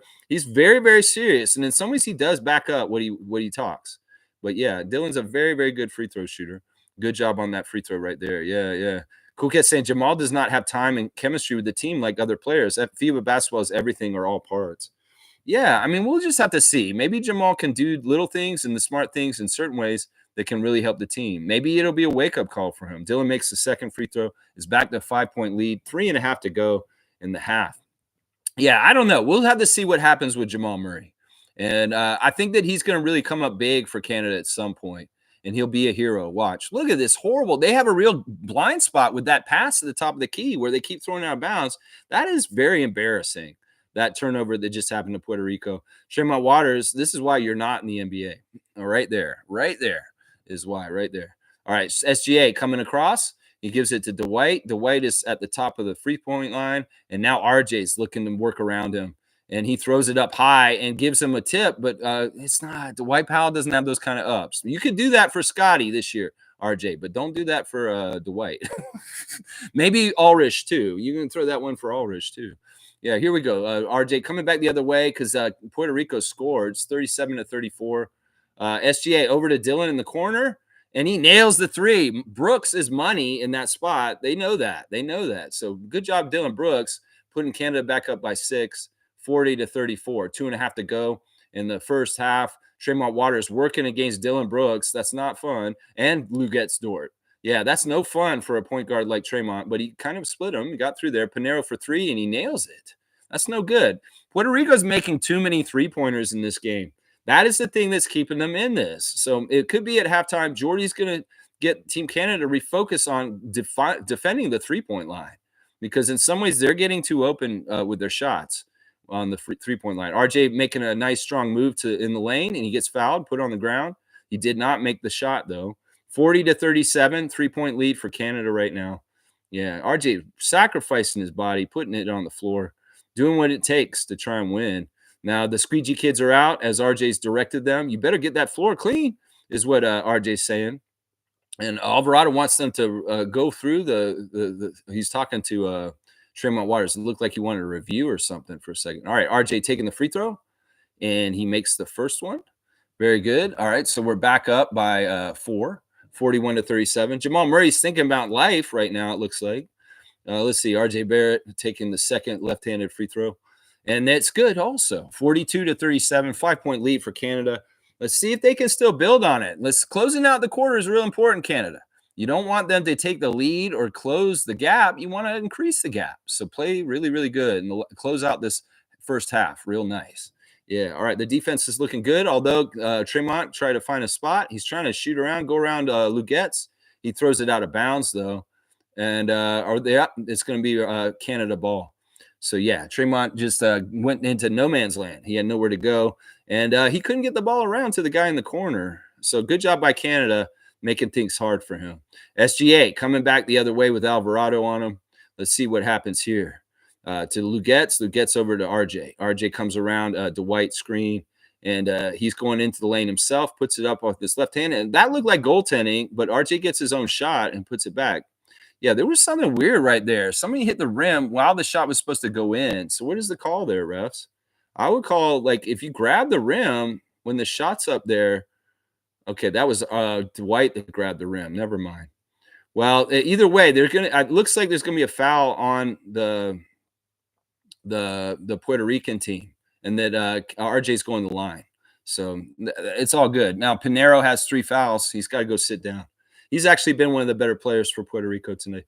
Come on, RJ. Don't be doing this stuff you did last year for the Raptors when you showed up in Toronto, missing your free throws. You need to be making your free throws, RJ Barrett. Come on now. Yeah, it looks like Kem Birch is not in the rotation for today's game. It's very interesting. Trey Lyles trying to get the miss by RJ missing the second free throw also. Just missing out on the tip back. Jose Alvarado with a teardrop in the middle of the lane, no good. He's scrappy. He gets in there and gets the ball back out for Puerto Rico, though. A minute and a half to go. This is what I'm talking about, Canada. Don't lax now, because this is the end of, there you go, SGA. They're throwing it so bad with those passes. You guys could have stole a whole bunch of them. But SGA finally does it, and he nails the 3 coming back the other way. That's right. Wake up, Gilgeous-Alexander. It's your world, man. We just live in it, my guy. Come on now. All right, let's see. Fake Marvin Bagley gives a screen to Grand Theft Alvarado. Now he's coming down the lane. He's got Trey Lyles in between him. There's an open 3 for Waters in the corner. He nails it. See, that's a big Achilles heel right now, is leaving these Puerto Rican 3-point shooters in the corner. They've been killing us in the corner with the 3. That's a big part of they're shooting 42% from 3, 5 of 12. That's no good. We can't let them shoot so well from there. SGA over to Lyles. Lyles over to RJ, who gives it to Lugetz, who takes an air ball, and it looked like Trey Lyles could have grabbed it, but I think that what happened was there was a foul by Puerto Rico, either on the rebound or on Lugetz when he took the shot. So we'll see who's at the line. There was 2 places where there could have been a foul actually there. But yeah, the passing lanes are there to get in there and take the ball, and it's good to see SGA being an opportunist and not letting the lazy passing by Puerto Rico get away with it. Because okay, so Lyles did get fouled on the rebound underneath the basket. It was not a foul where Lugetz is there. So let's see if Lyles can capitalize on this. Sacramento Kings, Trey Lyles missing the first free throw. Come on, Canada, you're getting these free throws and you're missing them. That's 3 straight missed free throws by Canada right now. We'd have a much bigger lead if y'all were making them. 33 seconds to go in the half. 5-point lead for Canada. Make it 6, Trey. Come on now. There it is. It's 6-point lead now, 46-40. Team Canada over Puerto Rico right now. Yeah, so we're going to have one last possession or 2. No, they're going to have a timeout. It looks like Puerto Rico wants to talk about what's going on and draw up some plays for before the half ends. See if they can close this gap a little bit more right there. Yeah, Nameless got that maple leaf out. Yeah, see, Amari's saying, I think Jamal wants to and should start. He probably has a hard time getting rhythm off the bench. Well, see, I don't agree with this, Amari. Even if he wants it, even if that's something that like he wants, well, he has not been there. And last summer he didn't play with them at FIBA World Cup. So when somebody sees the guy who's like, he should be kind of like the 6 man right now, to be honest. He should. I don't care if he wants to start or not. Good players can play at any point and they're going to be good. If he's so good, he's got to go in there and kick ass and earn that starting spot. And right now, in some ways, I like what Jordy did in this game. Part of it is that he's not totally in sync or maybe up to health wise 100%. So having him off the bench today makes sense in some ways. Stargate saying, so wait, they're not nationally televising this game? If this is Team Canada hockey, it would have been shown. We have to put these SWS alt-right Canadian media houses on blast. I won't disagree with Stargate in any kind of way with his opinion on this. This is exactly right. This game is for free on YouTube right now, and it's great. Stargate saying, wow, basketball is relegated to YouTube now? This is why I hate these hockey-loving racists in this country. Sorry, Lex, but I got to rant about this. I'm not going to disagree with you on this at all. In some ways, they're trying to hide how popular and amazing the national pride could get for Canada from Canada. They really, really are. They did it last summer during FIBA World Cup. Well, this is the thing. The Olympics are such a big deal, and basketball is such a marquee sport at the Olympics. They won't be able to hide it after this. Watch, because we're going to do well, and these games will be on CBC, and the country will see it, and the secret will be out, and everybody who's trying to hold it back, Stargate, will have failed by then. Watch. I'm going to predict that by the end of this summer, that Team Canada basketball is going to be hugely popular by the time September gets here. Yeah. All right. Alvarado working for the last possession. He's got SGA switched on to him now. He's trying to do a dribble, going to attack, coming in, and he puts a shot up, and he gets it to kind of roll around, but nope, doesn't go in. Of course, Dwight hits it off the backboard, so it doesn't get a second chance. Canada's got it with 5 seconds to go. SGA is trying to work. There's a double on him. He throws it all the way over to RJ, who's open. He shoots the three, and he misses. No good. 46-40 at the half for Canada at halftime. That's right. We're on halftime. Let me catch up on some of these comments here. Sue's here. Good to see Stu. Play it again, Sue, y'all. Great YouTube channel. She does music reactions. I love Sue's channel. I watch it all the time. She's doing all these great little clips. I watch a lot of your short clips on Friday, Sue, and I've really been enjoying your stuff lately. Sue saying, Stargate, it bugs me how much attention hockey gets too. We need to support all of our sports equally. Yeah, they don't want to do that. They definitely don't want to do that. And it is what it is. In some ways, they have not been successful at holding the popularity of basketball back. They've wanted to by putting the Raptors on high premium cable packages that make you have to pay more. No, it doesn't matter. The popularity of basketball is growing no matter what. And how good Canadians and the Canada teams are getting is getting better no matter what. The thing is that hockey is stale in certain ways. They don't have a fresh thing, a fresh feel to it. And this Team Canada right here is dangerous to the hockey world because they can really make some people really get into basketball because now Canada is going to be a premier, global basketball force on all levels and both teams, men's and women's. So it scares the hell out of the establishment of sports here, especially the hockey world. And that's a big part of it right there. I could tell you why this game's not on CBC right now, because they're scared as hell to put it on blast and let some people just tune in by accident and see it. Yeah, it's exactly right there. Yeah. Andrew saying, I hope Ryu ends up being a solid player so we could have him and Edie as our 7'4", 7'9" backcourt or front court. I agree with you, Andrew. I hope that Oliver gets good schooling down at the University of Florida while he's playing there, and he becomes a better and better player. Hopefully he goes to the NBA, and hopefully he is very, very much a big part of the future for our Team Canada program. 7'9" is a real weapon, a real weapon. Sue saying, nice steal. Too bad he missed the shot. Yeah. Bad decision after Dort after the steal. Yep. Not hitting shots. Andrew saying we need to capitalize off these good shots. Stargate saying, Sue, it doesn't have to be equal. I understand the historical significance of hockey in this country, and that's okay. But when you go out of your way to suppress a particular sport, that's another thing. I won't disagree with Stargate in any way on this. He's 100% right. And yeah, it doesn't have to be equal. In some ways, I get it. Hockey needs to be very important to Canada. It's not that it's just that y'all are so scared and threatened. We can see exactly what you're doing. And that's what Stargate's calling out right now. Yeah, there's a bunch of let's make hockey great again individuals in very powerful positions whom are trying to suppress basketball in this country. And Stargate knows because he works within the industry. So he's exactly right. It's a really, really big problem. And the problem is we get disrespected on the Canadian side just as much as the American side. We get all this hate and kind of like not good coverage by the American side because we're Toronto, the only Canadian team. And then on this side, everybody just want to cover us because we're not hockey. So it is really a crazy position. But you know what? We're gangsters. We're badasses. The Raptors nation is so strong and badass. Partly, some of the stuff is like our spirit and the way we do things on this channel. We're going to be undeniable, and the sports will grow no matter what. The Raptors are an exciting product that are going to be very special and fun to watch in the barbecue era. And Team Canada has just arrived, and it makes people in the hockey world so freaking scared to see SGA, Jamal Murray, and RJ Barrett playing for Canada right now. It scares the hell out of them.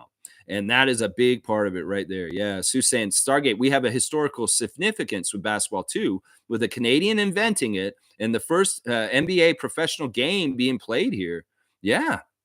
The very first NBA game in regular season, Sue, was played here in Toronto against the New York Knicks. Toronto Huskies versus New York Knicks in the Maple Leaf Gardens. And that is NBA history that nobody likes to talk about. That the very first game in the NBA ever played was in Canada. And nobody down south understands that fact. It's kind of crazy, actually, that they don't know that. Yeah. Yeah, we need to support all our teams. That's for sure, Sue. Yeah, we're letting them have too many open threes in the first half. I'm betting you Coach Fernandez is talking to them right now about that issue right there. Infamous saying salute, freaks. Good to see Infamous and Nameless in the house today. I always like having my anonymous people here. We've missed you guys, and I know it's summer, but yeah, I'm so glad that you guys are here for the watch along today. Yeah, yeah, salute, freaks. There you go. Cool Cat saying, current mainstream media honchos suppressing basketball will suffer long run. They are creating opportunities for others to capture the market and make coins, prevented hockey from being inclusive. Yeah, everything. Once again, I'm gonna agree with everything that Coach Cool Cat's saying right here. It is really like you can't stop something that's going to happen no matter what. And really, in some ways, they've been trying to stop it since 1995, all 30 years of the Raptors' existence. Well, how successful have they been in trying to suppress the popularity of the Toronto Raptors? Not very, I'll tell you that right there. Yeah.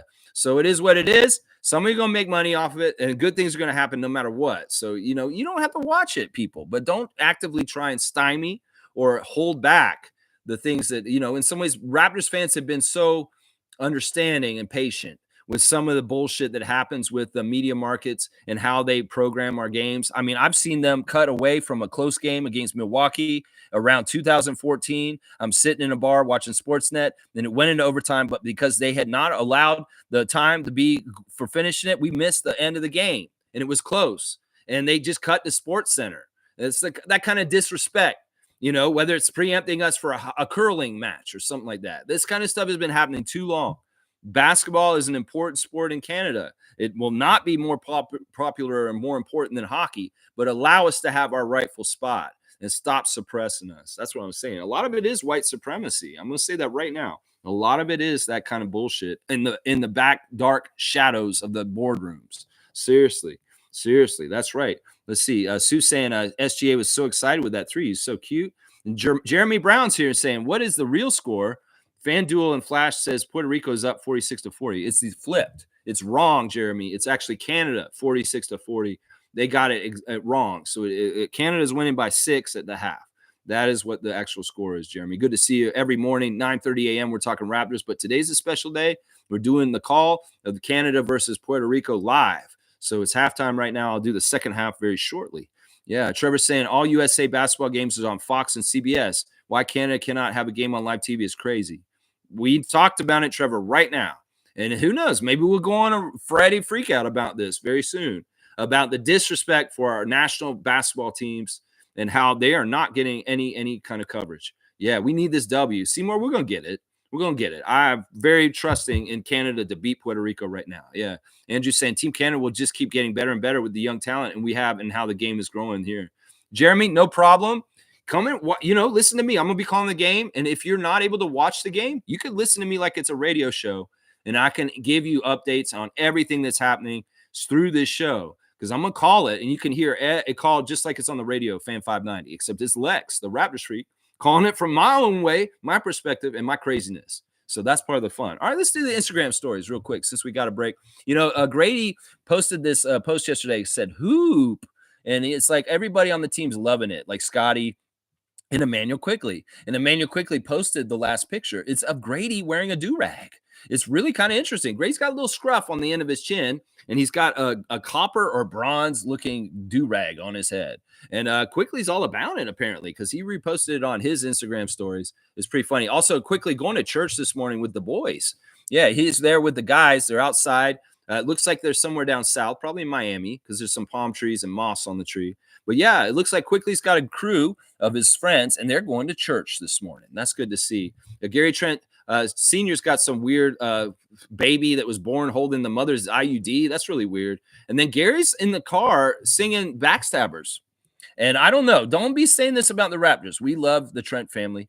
We'll honor and cherish you guys forever. In some ways, the way this summer worked out for Gary, don't hold it against us. Hold it against the Players Association for making a bullshit, crazy ass salary structure where your son is in a weird, bad place suddenly because of the haves and have-nots and the way they're doing the salary cap now. So don't get mad at the Raptors. In some ways, look, I know that you guys maybe had designs on being in the Raptors for a long, long time, but hey, he's going to Milwaukee. This is a good situation. He's going to get good money next year.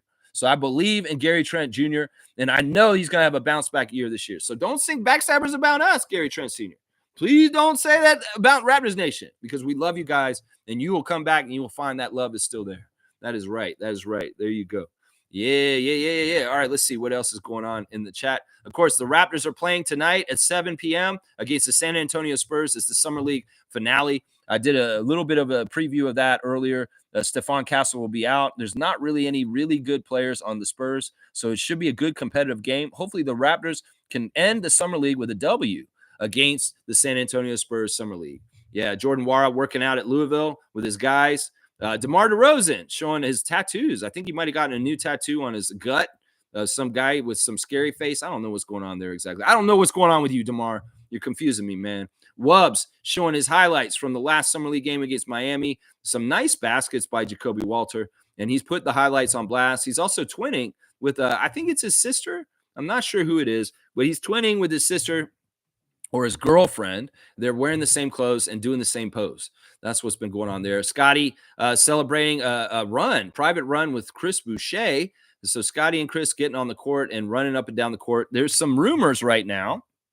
Ahmet Gaming, our current Raptor Freak trivia champion, was saying that he's heard that the Toronto Pro-Am that's going to happen next week will feature Scotty Barnes and D'Angelo Russell.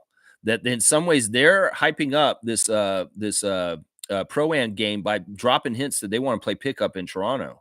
So it may very well be that the Pro-Am game that's coming up in Toronto, they had it at Matt Me Center the last time, will feature Scotty once again, along with D'Angelo Russell. So just so y'all know. Also, Ahmet Gaming going to a CBL game last night with his grandfather and meeting Davion Mitchell, guys. Very, very cool pictures in the Facebook chat, the Raptor Freak Facebook chat of our current Raptors Freak trivia champion, Ahmet Gaming, with Davion at a CBL game in Scarborough, Shooting Stars. He signed his hat, apparently, too. So that's very, very cool. Ahmet meeting one of our newest Raptors, the great point guard defender, Davion Mitchell from Sacramento Kings, that's recently acquired by the Raptors. So he's a very nice guy, and it's a great picture to see Ahmet with Davion. Really, really cool stuff. I love that so much. Let's see. Coloco is celebrating Messi, as always, in his Instagram stories. He's always celebrating Messi. He loves Messi. I'm telling you. Gary Trent Jr. celebrating going to Milwaukee and said, welcome to Milwaukee. And there he is in the Milwaukee jersey. And Gary's got the demon and the green heart on there. Gary, I wish you the best, man. And Raptors did say goodbye to Gary yesterday on their official admin, thanked him for all of his work. I don't know if he liked it or did any of that with it. You know what? If Gary Trent Jr. is the way, this is where he is. He's always looking forward. He's not looking back. And in some ways, as sad as it is, the Raptors are behind him, and he's looking forward now.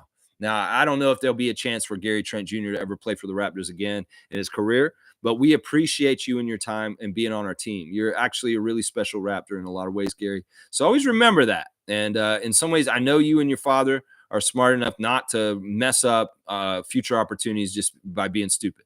And I don't think you guys have anything wrong with this, with Toronto or anything like that. Ulrich Kamshe, very proud of South Sudan yesterday, and highlighting some of his highlights from the Miami game, like the lob dunk that he got from Gerard III, that very beautiful alley-oop that he had against the Miami Heat the other night in one of his baskets. And then also, yeah, very, very happy about South Sudan just losing by 1 to USA and arriving because, like, what's good for Africa is good for Africa. South Sudan is good for South Sudan, is good for Cameroon. And so Ulrich Kamshe, very, very proud of the performance against USA. Yeah, he put that on blast on his. Young Och at UFC last night, guys. It looks like Oshai Abaji was at the UFC octagon hanging out and watching it. It's a small studio, so he was in there. Jonathan Mobo. No, wait, this is Shed. This is Shed. Shed showing some crazy dribbling that the Houston guys were doing a while back. So he's actually in the clip. So yeah, there's some crazy dribbling thing going on there with let's see who else we got. Slim Ducks celebrating John Jones of UFC. Also, he's showing the clips of him and Scotty's private run recently, where Scotty's saying Jesus made water into wine on the back of his shirt. But yeah, Slim Duck and Scotty showing the friendship, and that may be part of the reason why Slim Duck stays around on the team. He's not going to be a part of a trade package, is because he very much is close with Scott. Because Slim Duck showing the DX chop in one of the pictures. That's right. I don't know who's the new Triple H for you, Shawn Michaels. Who's going to be your Triple H this year? Is it Mobo? Is Mobo going to replace Precious as Triple H in your DX, man? We'll have to find out. Brandon Carlson also on Instagram showing some highlights from the Miami game. One of the passes that Carton made to him where he got a dunk in the lane.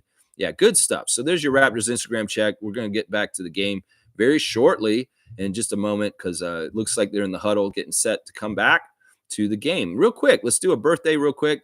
Happy birthday to Jason Thompson, former Raptor who played for the Raptors around like this Tampa year. You guys remember Jason Thompson? Maybe he was around like during the championship year, like just before, just after. You can kind of remember Jason Thompson. He's not a very memorable Raptor, but it is his birthday today. So happy birthday to former Raptor Jason Thompson.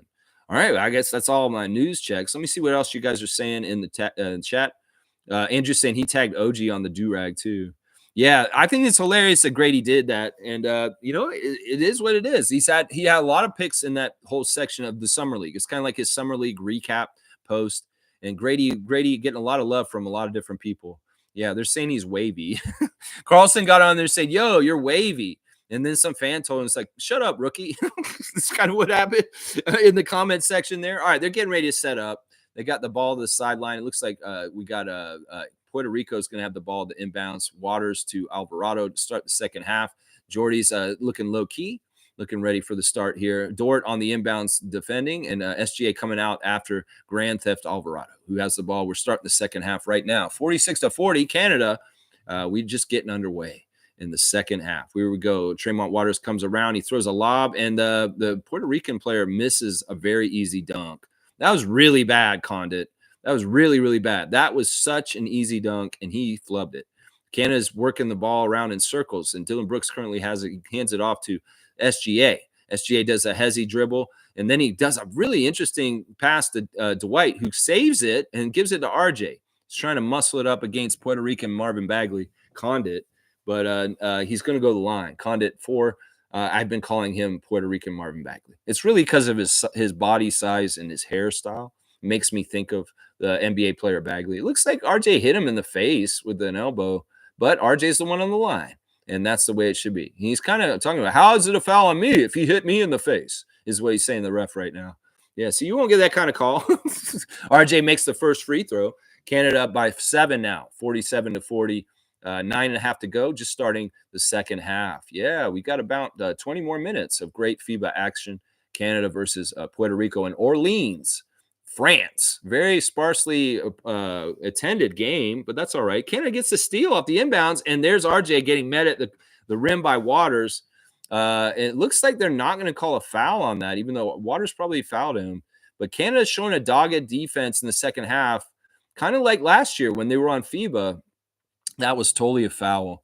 That should be RJ going to the line again because Waters got him on the arm. That's not a good call by the refs, but maybe they're just sick of seeing RJ at the free throw line.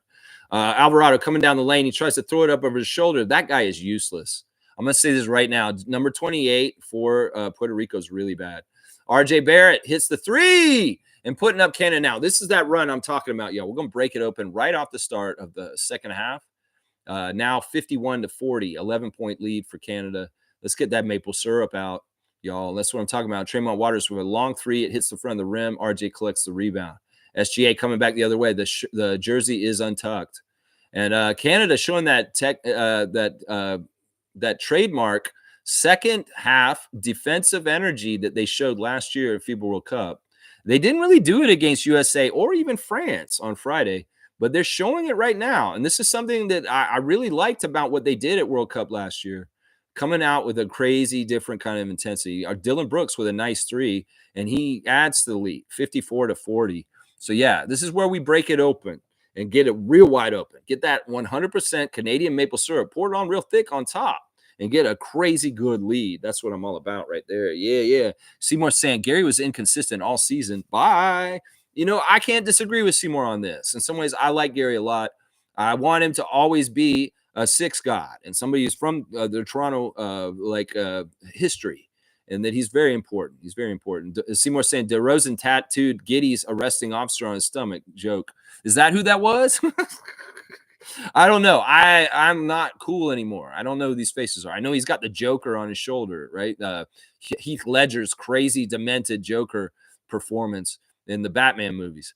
But I don't know who that is on his gut. That really crazy, weird. It's like looks like some bad guy from an Arnold Schwarzenegger sci-fi movie in the 80s or something. I don't know who that is. It's crazy. Andrew's saying Shamshe and Koloko are the future of Team Cameroon. Yeah, and Siakam. Honestly, I think that Siakam would have played for them if he hadn't been a free agent and trying to get his new contract with Indiana. Because in some ways, Siakam needs to be playing for them too, and he's still got time to do that. And he could be huge for them as a leader for Cameroon, for sure. Sue's saying, here we go, second half. Let's go, boys. Yeah, nice three by Brooks. Hey, Sue? Nice three. Yeah, in some ways, if you comment on the exact plays, I may not be able to really do them with time, with when they're happening, because I am kind of doing the chat as a catch-up on the breaks. So Dylan's got 14 points so far. That's really good. That's the highest score for Dylan so far for Team Canada this summer. So very, very good stuff from Dylan Brooks, being productive, hitting the outside threes. All right, they inbound the ball, and here comes Puerto Rico coming up the court. Tremont Waters, former Raptor, working against Luguette's Dort. Let's see what happens here. There's a screen by the really bad Condit, or 28. He's not Condit. He's trying to go up, and he's floundering, man. That guy's floundering. What's going on with you, bro? Get your life together, Puerto Rican Taj Gibson. Get your life together, my guy. Come on now. RJ Barrett inbounds the ball to Luguette's. Luguette's coming up the court. Let's see what happens here. He's kind of holding off Grand Theft Alvarado, hounding him. Dort back to SGA. You know, the combo of SGA and Dort really is good because there's a lot of work done between the two of them. Nice little fadeaway turnaround by SGA over the shorter Jose Alvarado. That's when you capitalize on the mismatch, you recognize it, and you go ahead and take advantage of it. Dwight Powell getting the miss off the miss by Puerto Rico at the other end, coming back the other way. Dylan's going to take a quick three. He's feeling it. He's got it. He rattles in another one, 17 points for Dylan Brooks, 59-40. He's actually making his demonic, like, psycho face at them as he comes down the court. Beautiful stuff by the villain. Grand Theft Auto bullet pass to the big man who's not playing very well. Dwight all over him. They get the steal. And look at SGA come through and not giving up, and he's jamming it himself. Yeah, we're breaking this game open right now. It's a 20-point game. SGA running into the cameraman, having a moment and a smile and a laugh. 21-point lead now for Canada. And it looks like Puerto Rico has not scored yet in the half, guys. Puerto Rico is scoreless in the first 3 minutes of the third quarter.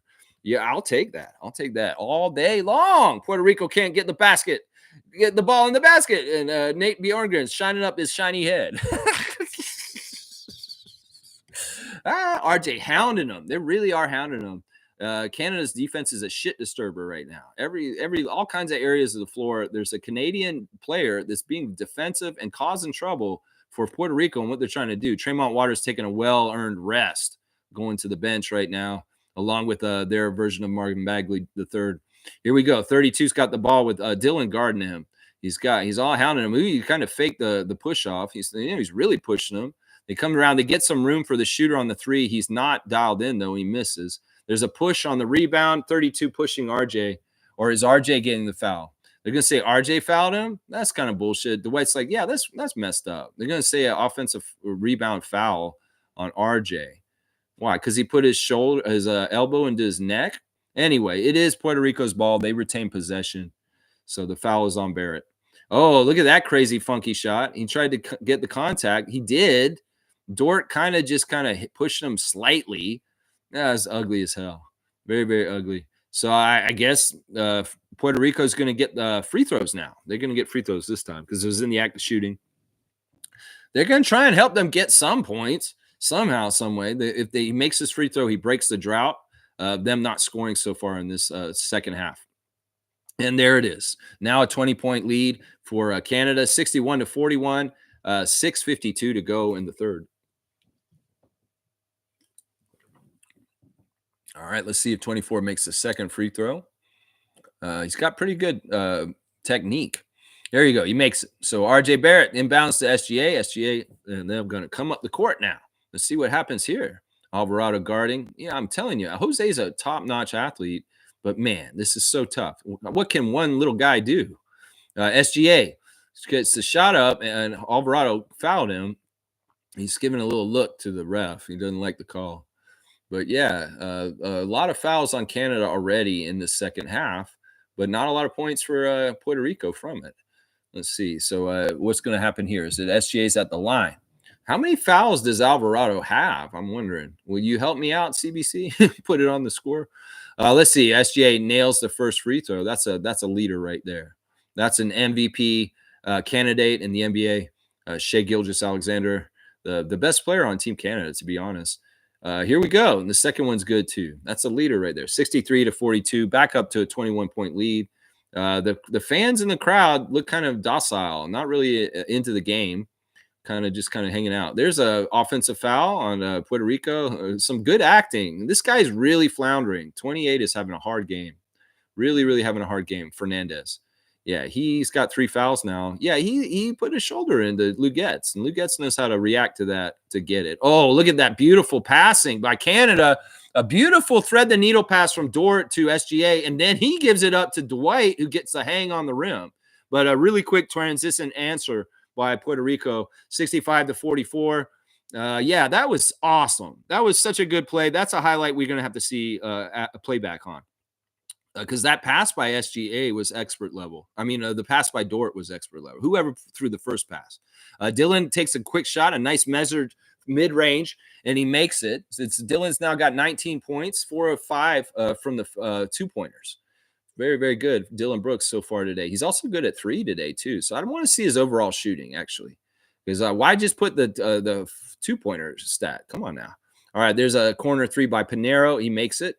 So Puerto Rico getting some of the score back, still down by 20 though, 67-47. Canada with this game good in hand. I don't think, unless there's some sort of crazy weird collapse, it's not very likely that Canada's going to be winning this game for sure. I'm going to say that right now because honestly, Puerto Rico's only going to get more tired and they just don't have the depth compared to us. There's that beautiful play right there. And I love to see Dwight up on the rim, hanging up there. Nembhard into the game. Bringing the ball up the court. He gives it to Dylan Brooks. Dylan Brooks over to RJ Barrett. We see Trey Lyles also back in the game. And there's a quick shot coming down the lane by Dylan. He misses this one. So, yeah, also Nickel back into the game. Alexander Walker having a good first half also. So, yeah, Lyles and Alexander Walker have been great for Team Canada in this game off the bench. There's a really bad shot by the worst player on Puerto Rico right now. 28, Fernandez has been absolutely dreadful in this half. And, yeah, he just missed another layup. And Canada gets the ball going back the other way. 5 minutes to go in the third. Yeah, good stuff. Really, really poor foul by Puerto Rico there on RJ. SGA and Kelly having an excited chat on the bench. All right, Nembhard gets the ball. He gives it to Lyles. Lyles to RJ. RJ over in the corner to Nickel. Nickel steps over, and he nails the 3 very masterfully and professionally. Nickel Alexander Walker with the 3-point shot, 70-47. Canada is shooting 8 of 19 from 3, guys, 42% from the field. 8 of 19 3-point shooting is fantastic. There we go. There's a nice teardrop by Puerto Rico getting another basket. 70-49, still a 21-point lead. Nickel working the other way with Alvarado on him. He gets the screen from Lyles. He's triple teamed for a sec, but RJ gets it. He's bullying his way in, and he dumps it off to Lyles in the lane, who takes a inside of the free throw shot. Easy jumper. Yeah, Canada, another 2 points, 72-49. All right, here we go. We come in the other way. Pinheiro trying to work against Barrett. Brooks is there to help double, and then he recovers and goes back to his own guy. But he still gets down the lane and does a circus shot, looping Euro step kind of crazy move by 24 for Puerto Rico. He's going to get a chance for a 3-point play. Yeah, that's unfortunate. That's actually pretty good defense by Dylan Brooks. He just recovered too late to get back from the double team, and 24 took the daylight and got a lane to the basket. So it's too bad. And it was a kind of a dumb slap. In some ways, Dylan, you're going to foul him, make it count, get your money's worth, and make sure he's not going to finish it, is what I would say. Yeah, Kelly's back in the game. We see Kelly Olynyk back in the game. And Kem Birch is making his first appearance in this game now, number 92, lining up at the near side of the screen. All right, the free throw is good. The 3-point play converted, 72-52, 20-point lead, Canada. Under 4 minutes to go in the third. Here we go. Oh, Birch has got a nice, easy jam. I love it. Andrew Nebhart, very nice looking out, getting the pass into Kem. Kem's having a renaissance, guys. He's coming back, y'all. And people are going to be loving Kem Birch across Canada very soon. Watch. All right, there's a dumb foul. Alvarado looks like he's going to be probably going to the free throw line. A dumb foul underneath. He's kind of out of control. I mean, I don't know what the call is there. In some ways, they're going to probably say Nebhart forced him to the baseline and then fall down. Great monster jam by Kem Birch on the last play. I like the lineup with Birch and Olynyk out there. That's a very veteran leadership bigs lineup for Canada, having both Kelly and Kem. I really, really like that. And they've got Lyles out there also. So very, very big lineup out there for Canada right now with those guys. And then in the backcourt, Nikel's the shooting guard. So Canada kind of flexing a size, underrated size that they can actually play that, a lot of people are saying we're undersized, but I don't actually believe that. I think that in the scale of things, we have tall guards can make up for some of the size deficiencies up front more so. Because, I mean, look, Nickeil Alexander-Walker is like a forward body, and he's playing guard. And Nebhart is the point guard. Well, he's like 6'7" himself or something. Kelly's taking a three. It looked pretty good, but he missed. Just a little off. Coming back the other way, 74-54, 3:16 to go in the third. And we got, there's a hit to the face, and there is going to be a call. Nebhart hitting 24 in the face inadvertently with his arm. He didn't mean to do that. The guy stuck his face out, and his arm just happened to be there. He didn't mean to do that. Come on now. 24. Getting a little lick to the face. He is going to go to the free throw line because there's already quite a few fouls on Canada in this quarter. We are in the penalty. So here we go. Number 24 takes the first free throw. There's nobody down low in between them. I don't know why the guy isn't down there. I guess they don't care. He misses the free throw. See, you ain't going to beat Canada if you're going to miss free throws like that. I'm going to tell you right there. You ain't going to beat Canada like that. No, you're not. Now they put number 32 down there in between Trey Lyles and Kelly Olynyk on the near screen on the side of the free throw. Let's see if 24 is going to make this one. He has a really goofy release. There it is. Okay, that was good. He got his rhythm right on that one. We see Melvin Ejim behind Jordy Fernandez there on the shot of the coach of Canada. Oh, quick passes all the way up the court. And who is that? Is that Murray? Who is that? It's the scrub. They got one of the scrubs in. So, okay, so Canada's kind of playing into their bench already, it looks like. So, oh, no, wait, that's Lyles. Never mind. That was Lyles. Okay, that's Nickel making a nice little teardrop in the lane to add to the lead, 76-55. It's 21 once again. So 21 seems to be the magic number. Blackjack, baby. Lots of 21-point leads for Canada in the second half. Pinheiro trying to go down the lane with Kelly on him. He goes up and over him on the glass, and he's successful. This guy's been their best player today. I mean, Alvarado and Waters are the most skilled and decorated, but Pinheiro has actually been the best player for Puerto Rico today. There's a broken pass by 24 out of bounds, but it will stay on this side of the court with Canada. Yeah, I don't know. Puerto Rico's going to have no chance against USA. I'm going to say that right now. They're in that group. They're going to have no chance in that group with USA. This team will not do well against the United States, Puerto Rico. That's for sure. Yeah. All right. Kem Birch getting the inbounds from Nebhard back to him. Let's see how they work it. Kelly Olynyk fakes the pass to Trey Lyles and drives. He does a little spin move up on the glass. He doesn't put it high enough. And the ball's just going to be going to Puerto Rico. So not a successful possession by Canada on that one. But who cares? We're winning by 19. So what do we care? All right, they inbound the ball, and it's Grand Theft Alvarado dribbling up the court with Nickel guarding him. He takes the three, and he nails it. So they're eating up the lead now. 76-60, 16-point lead now. So don't let them start doing that too much now. All right, Nickel working against Pinheiro. He goes up and under and makes it. Nice little move. Extension with the left hand. Nickel Alexander-Walker putting Canada back up on 18. All right, here we go. 32 gets it to Alvarado. Alvarado tries to take another three because he gets a little daylight. He misses badly, and the rebound's collected by Team Canada. We're coming back the other way. Kelly Olynyk transition three. He fakes it. He dribbles. Nebhard, quick pass to Lyles on the baseline. He comes and dribbles in a bit. He's got Kelly with a mismatch, and he just tips it in with Alvarado on him. What is the call? This is a messed up call. Are they saying that he pushed Alvarado? What is it? They call it offensive foul? This is dumb. This is so dumb. If they, how can you do that? That's a mismatch. He's going to take care of that. Whatever. They can go ahead and do that. FIBA, you want to do that? Okay. Help out Puerto Rico. I don't give a shit. We're going to beat their ass either way. That was a messed up call right there. I'm going to say that right now.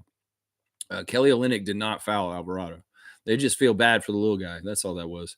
All right, let's see. A 3 by 32 is off, and Nickel's got the rebound. He's coming back the other way. Let's see what he's going to do here, what the decision-making is. Trey Lyles at the far side of the court. He's looking for Kem Birch to post, and he's trying to get position and flop by the Puerto Rican player, and Kem is incredulous. He's like, what? This guy just fell on the floor, and it's an offensive foul. So a couple of weird turnovers right now by Canada. Okay, maybe the elbow was up a little high, but it's not like he tried to hit him for real. It's just Kem trying to establish position. It is what it is. In some ways, we got to have some strength and muscle. And, these elbows can be dangerous. Let's just put it that way. All right, Pinheiro going straight to the basket, and they get a nice layup. Now, don't start letting them back in this game. There is still a whole other quarter, Canada. 78-62, 16-point lead. Nebhard got fouled. Very blatant foul. They better call that. They're getting so touchy with the offensive fouls the last couple of possessions. They better call that reach in just now that Nebhard just got across his stomach. Yeah, there's been some, the calls are Nebhard missing the first free throw. I don't like seeing that. Jamal Murray not going to play in the second half, apparently. It looks like we will maybe not see any Jamal in the second half. I'm missing both of them, Andrew Nebhard. What are you doing? Rick Carlisle's mad at you, my guy. He's probably going to say, hey, Andrew, you missed those free throws at the end of the third quarter against Puerto Rico. It's like, why'd you do that? Rick Carlisle's on the phone, Andrew. All right, Cam's trying to guard. The Puerto Rico's trying to do something with the last 10 seconds of the quarter. They take a shot from the baseline, and they nail it.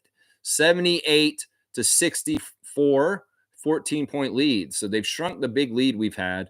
And 3 by Lyles is no good at the buzzer. So, yeah, it's going to be a 16-point lead. At times, it was 21 points. So we'll take it. We can probably add and make this lead even bigger. The game was busted open in the third, no matter what. And, well, Canada's in a good place right now.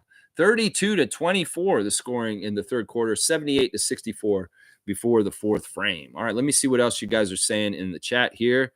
No. Trevor's saying, why is the floor sweating like that? Do they have ice under there? I'm wondering about that, too. It could very well be this is a multi-purpose court, and there is an ice rink, just like a lot of places in around the world. I don't know why it's sweating like that. In some ways, sometimes these little used arenas, maybe it's not a season for basketball in that arena. In the summertime, maybe it has problems with that. Who knows?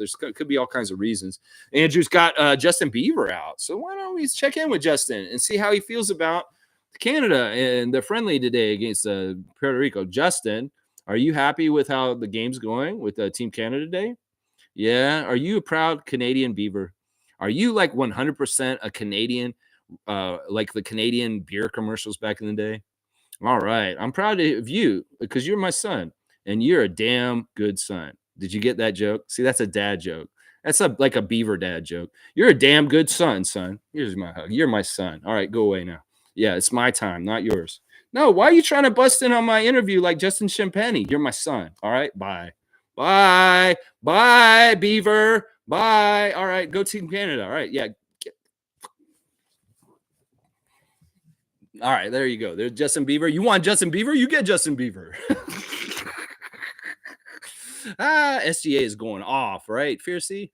Yeah, he's looking like the best player on the court in the third quarter there. Really, really good. Sue saying, great start this half. Andrew saying, I hope Wiggins, Sharp, Mathurin, and Edie can play for us in the future. I think that that's probably very likely. I think that every single one of those, I don't know about Wiggins, but I know about those other guys. Those guys will be playing for Canada in the future. That's right. Can't let them get back into it. I don't think that's going to happen. Fiercey loves the appearance of Justin Bieber. Of course, he should be appearing during Team Canada games because he is our Canadian content controller for this channel. We have to have Canadian content, and Justin's the overseer of that. He's the CRTC for this channel.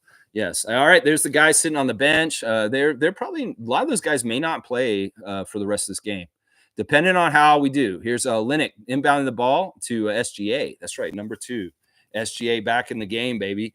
Let's see what happens here. Kem Birch also in the game, Andrew Nebhard and Nickel. So we've got the Alexander cousins out there together. I like seeing Nickel and SGA out there at the same time, even if it's hard to make the call between the two of them because they do have a similar appearance on the court.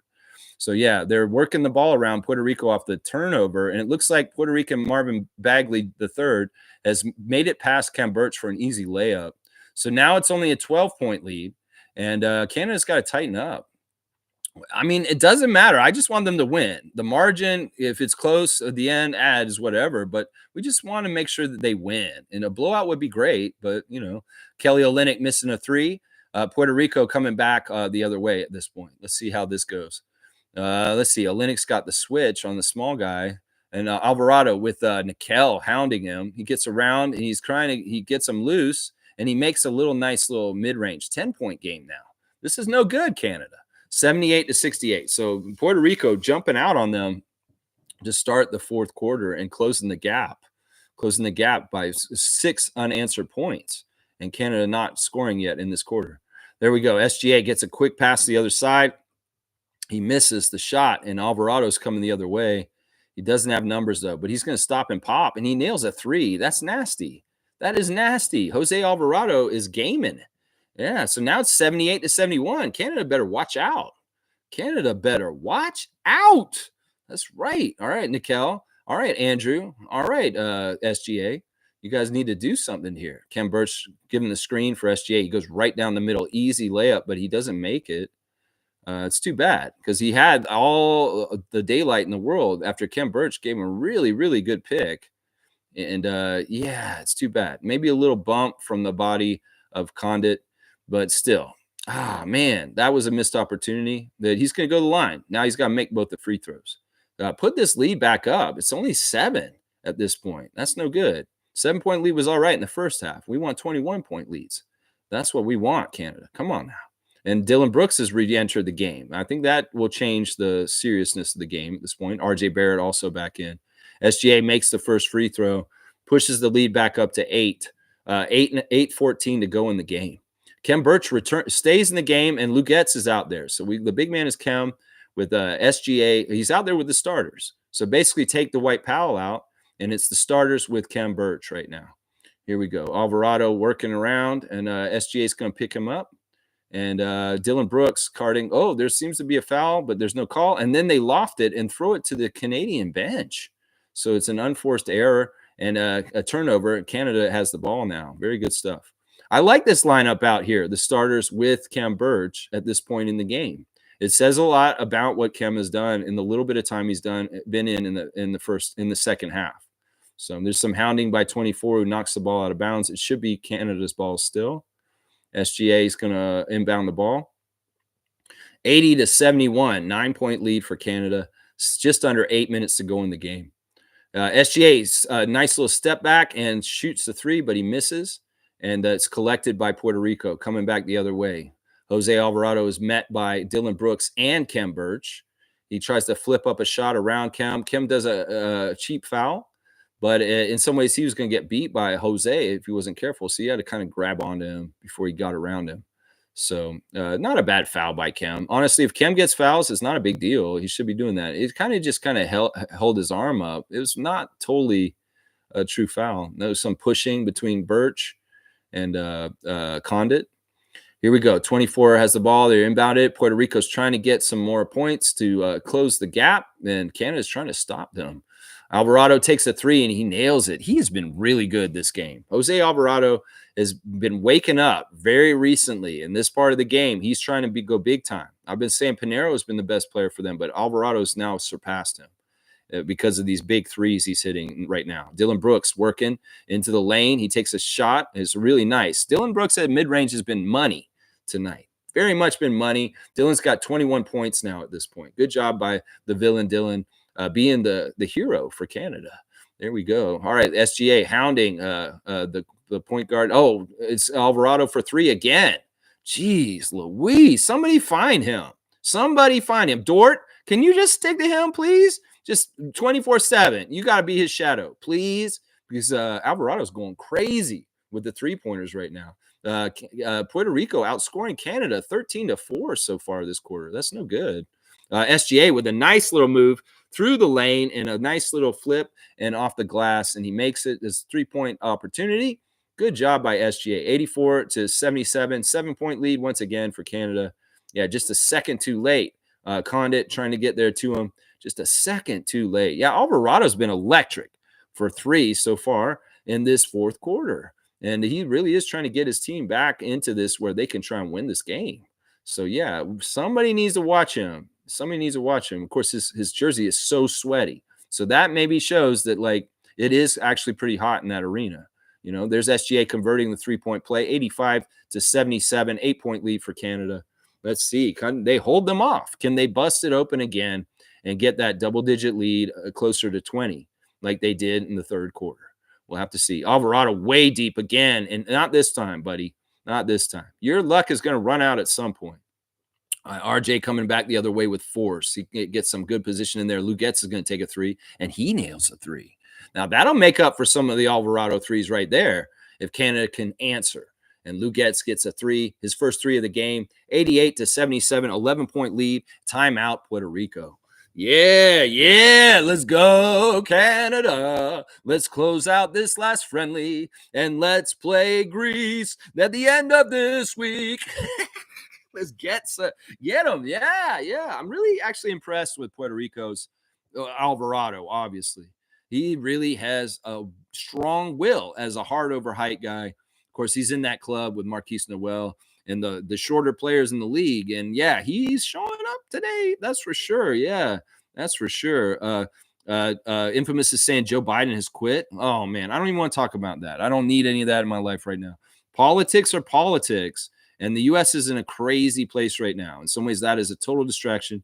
In some ways, I don't even want to think about this right now because we're in the middle of a game. I may ignore the American politics. I'm going to vote. I'm going to put my vote in, and I will be voting for whoever replaces Joe Biden.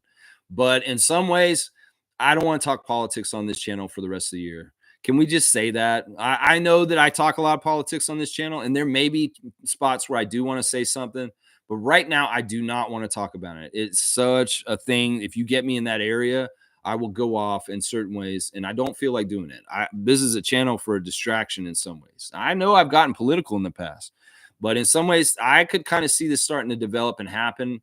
I mean, it makes sense in some ways, but it doesn't. It's going to be very scary. Let's just put it that way. But hopefully, just vote blue. Just vote blue, because if people want to live in a free world and a free world, not just in the States, here in Canada too, we need the Democrats to win regardless of whose the name is. I'm just telling you right now, because if Trump gets in there, he's going to do like Hitler shit. He's going to become a dictator, and it's going to be really bad. And people can't just vote for him because he got fake shot in the ear, because he did not get shot in the ear. That was glass that cut his ear. And also, that was all staged. You guys know that was. All right, here we go. They mess up the shot, and Canada's coming up the way. They look like a backcourt, but they got away with it. Dwight and Dylan trying to get the ball up the court. 88-77, 11-point lead for Canada. Alvarado misses for three on that one again, so he's missed his last two threes. This is good. This is good. We're getting close to the 5-minute mark in the game. SGA has the ball currently, still untucked with the jersey. I don't know what the rules are with that. There's a tech on somebody. I think the tech's on Jose Alvarado. Interesting. Maybe Dylan Brooks getting in his head a little bit because he was in the vicinity, and Alvarado getting teched up. That is a foul. It is considered a foul in FIBA, as was pointed out by Dwight Powell the other day in a Team Canada interview. So, yeah, that will be another foul on Alvarado, and it's an extra shot for or wait, no, what do they call it? Like, is it a tech or not? Is it a okay, they did call a tech, but we don't take a free throw? That's okay. I don't know. FIBA rules are weird. I guess they don't give a free throw for that. All right, Dylan Brooks working against Puerto Rico. He throws it out to Dort. Dort's going to take the three. Dort takes the three. Dort has been making his three in the fourth. I really like seeing this. Good shot. So 91-77.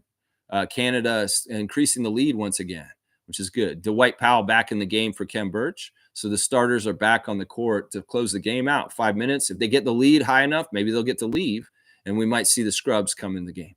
Yeah, let's see. There's a lofted three, which is off the back of the rim, and RJ's collected it. He's coming up the court dribbling left-handed, and he's going to go all the way, and he gets fouled.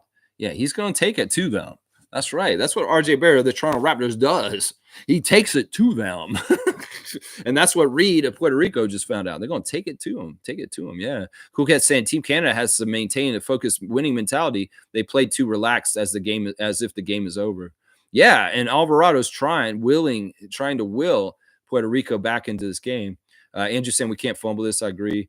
Cool Cat saying, I agree, Lex. Let's use this channel for escape. I appreciate the breaking news. And I will probably look at this in my private life afterwards and think about it all. But right now, I really don't want to take away from the great stuff that's happening with Team Canada and, the fun of Summer League for the Raptors, too. Yeah, Trevor saying, after this whoop ass, I'm going to have some good Jamaican food. That sounds like a great afternoon. My guy, Trevor, I should maybe go get some Jamaican food myself. RJ makes the second free throw after missing the first, 92-77. So it's now a 15-point lead for Canada. This is the direction we wanted to go. Alvarado, it looks like he got fouled by Lugetz on a drive to the basket. Let's see. Alvarado may be going to the line right here. Under 5 minutes to go in the game. Yeah, what happened there? It was just a lot of talking. I think the ref just didn't like what Jose said. So Jose must have said something. I guess maybe they both speak Spanish. That may be probably a big part of there. Yeah. Let's see. Blackhawks saying we're going to win. We're going to win. We're going to win. Yeah, we're going to win. We're going to win. I wasn't in doubt of that. There's a weird looks like somebody hit Dwight in the face, and the foul's now on Condit. So he's going to go sit down. He daps Jordy on the way out. He's fouled out, and he daps our coach. That's fun. All right, Condit, good job. You're out. Go on and sit down. Yep. Let's see. 5 fouls. He's got to go sit. That's the rules in this league. You get 5 fouls, you're out. So he kind of like oh, that's weird. Okay, it's right there. It's when he throws him out of the way. Okay, I thought the first part, it didn't look like a foul. Well, that's a big blow. That was their best big man. It's definitely not 28. Let's see. All right, SGA is on the ball as Puerto Rico has possession. Alvarado's looking for a shot. That's what he wants. He takes a teardrop. He's off the back of the iron. It's no good. SGA gets the pass from Dylan, who gets the rebound. And SGA's coming down the lane, and Dwight's right there for the dump off and the easy backdoor cut dunk. 94-77 now. Good stuff. Canada is now starting to close the game out the correct way. I like that. Keep attacking. That's right, Monique. Keep attacking. And that's a nice attack by Dwight Powell, throwing down the easy dunk. Yeah, Blackhawks saying, oh, Lou Dort and RJ. Yeah, grand theft spanking. Pow, pow, pow. Look at Neil's all hyped about Canada basketball right now. Naming them out. So timeout for Puerto Rico right now. And let me take this moment to remind you about Tada Cleaning Services, 647-833-6844. Franchise is available. We love the Canadian Cowboy, Bradley, and this is his company that he works for, starting as low as $89. If you guys need cleaning of those items on that list, that's Bradley. He can come to you. He's on the ladder there, and he'll come help you out. He'll clean your eavesdrop. He'll do in and out cleanups, and restorative services, as you can see listed here also. So any of that kind of stuff you need, they're working in your area. Ta-da, 647-833-6844. Yeah, there you go. There's the ta-da advertisement. Of course, I'm gonna put on blast my friend Bradley, one of the great Raptor freaks. What he's doing. Yeah, yeah. All right, let's see. Dana, okay, so YouTube's fixing your problem because I made you a moderator. You have a wrench, so you should be able to talk. And in some ways, it's like, what's going on there? So something's wrong there. Yeah. So Canadian Dana has not been able to talk in our chat for some reason. YouTube has messed her up, and well, she's talking to YouTube directly, and they're gonna fix it. So yeah, I wish the best of luck to Dana. I hope she's listening still, even though she can't talk to us. I try real hard to get you in here. All right, there we're resuming again. Alvarado has the ball coming across the half court with Lou Dort on him. That's not who you want to be having on you when you're trying to come back. Is Dylan Brooks and Lou Dort, the first line of defense, literally coming at them. And then there's Nickel. Nickel has come in, and so is Andrew Nebhard. So RJ's out, and so is SGA. So yeah, we've got a different lineup out. It's maybe a little bit more defensive. There's Nickel Alexander-Walker taking a three. He misses. They try to hunt it down, but 28 gets it. He's dribbling out. Connor's so crazy out of control. And Dwight Powell gets the block from behind. Very nice. Lou Dort coming at the basket. He gets clotheslined by the big man on Puerto Rico 32. Yeah, you did that. Don't even act like you all sour face, like you didn't do nothing. You clothesline him like Barry Windham would have done in the NWA in the mid 80s. You did like a Blackjack Mulligan Jr. lariat. Come on now. I know what you did there. I saw it. You see, there it is. There's that lariat right there. Yeah, what is your name? Stan Hansen? Come on now. Come on now. There, yeah, look at that block by Dwight coming from behind, pinning it to the backboard. Nice athletic play. All right, Dort's going to get an open shot because, I don't know, something happened. Kem's coming back in. He's smiling. It's good to see Kem Birch smiling and healthy and contributing to his national Olympic team. I'm telling you, Kem's going to be really a hero at some point. I know it. I know it in my bones. I can feel it. Lugette's taking an open technical shot. I'm not even sure why. He can make this lead 18 if he makes this. And he misses it, unfortunately. So it's still a 17-point lead. Canada up 94-77. Under 4 minutes ago, 3:42 is the exact time on the clock. So yeah, let's see. Lugette's gonna make this one. This must have been a really bad foul by Puerto Rico. They're giving them 2 fouls and the ball. That's a pretty. It's the clothesline was a really egregious one. So yeah, that's good. So he makes the second one. It's an 18-point lead, and we've got Scrub coming in for Dort off of that. So Dort's done for the night, and we're going to bring in our backups more and more as the team games go on. See, Melvin Ejim is also in the game at this point. So we've got Nickel, Andrew Nebhard, Kem Birch, Melvin Ejim, and I believe that's Philip Scrub that's over there in the corner. I get them confused, unfortunately, but I'm pretty sure that's Phil. All right, there's Ejim from the corner. He misses for 3, and Puerto Rico's got the ball coming back the other way. So having our extended bench, our alternates who are not actually on the team, Scrub, in the game is showing that we're pretty confident about what's going on in the game. 95-79 as the big man, number 28, has not played well for Puerto Rico, puts a basket in near the end here. Let's see. Nebhard over to Scrub. Scrub goes to Ejim. Ejim back out to Scrub. Scrub setting it up, surveying the floor, and then number 23 over to Ejim, long pass, and he takes another 3. This time, Melvin Ejim nails it. That's right. Melvin Ejim is an interesting player. You guys, he's weird because, like, you will say, "Oh, Melvin Ejim, who the fuck is that? He didn't play in the NBA."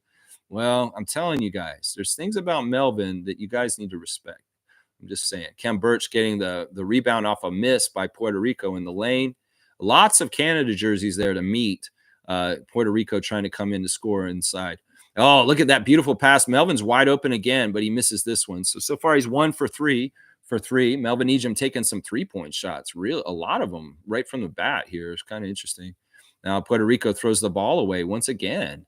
That's happened quite a bit. Although, wait, are they calling a foul on Scrub?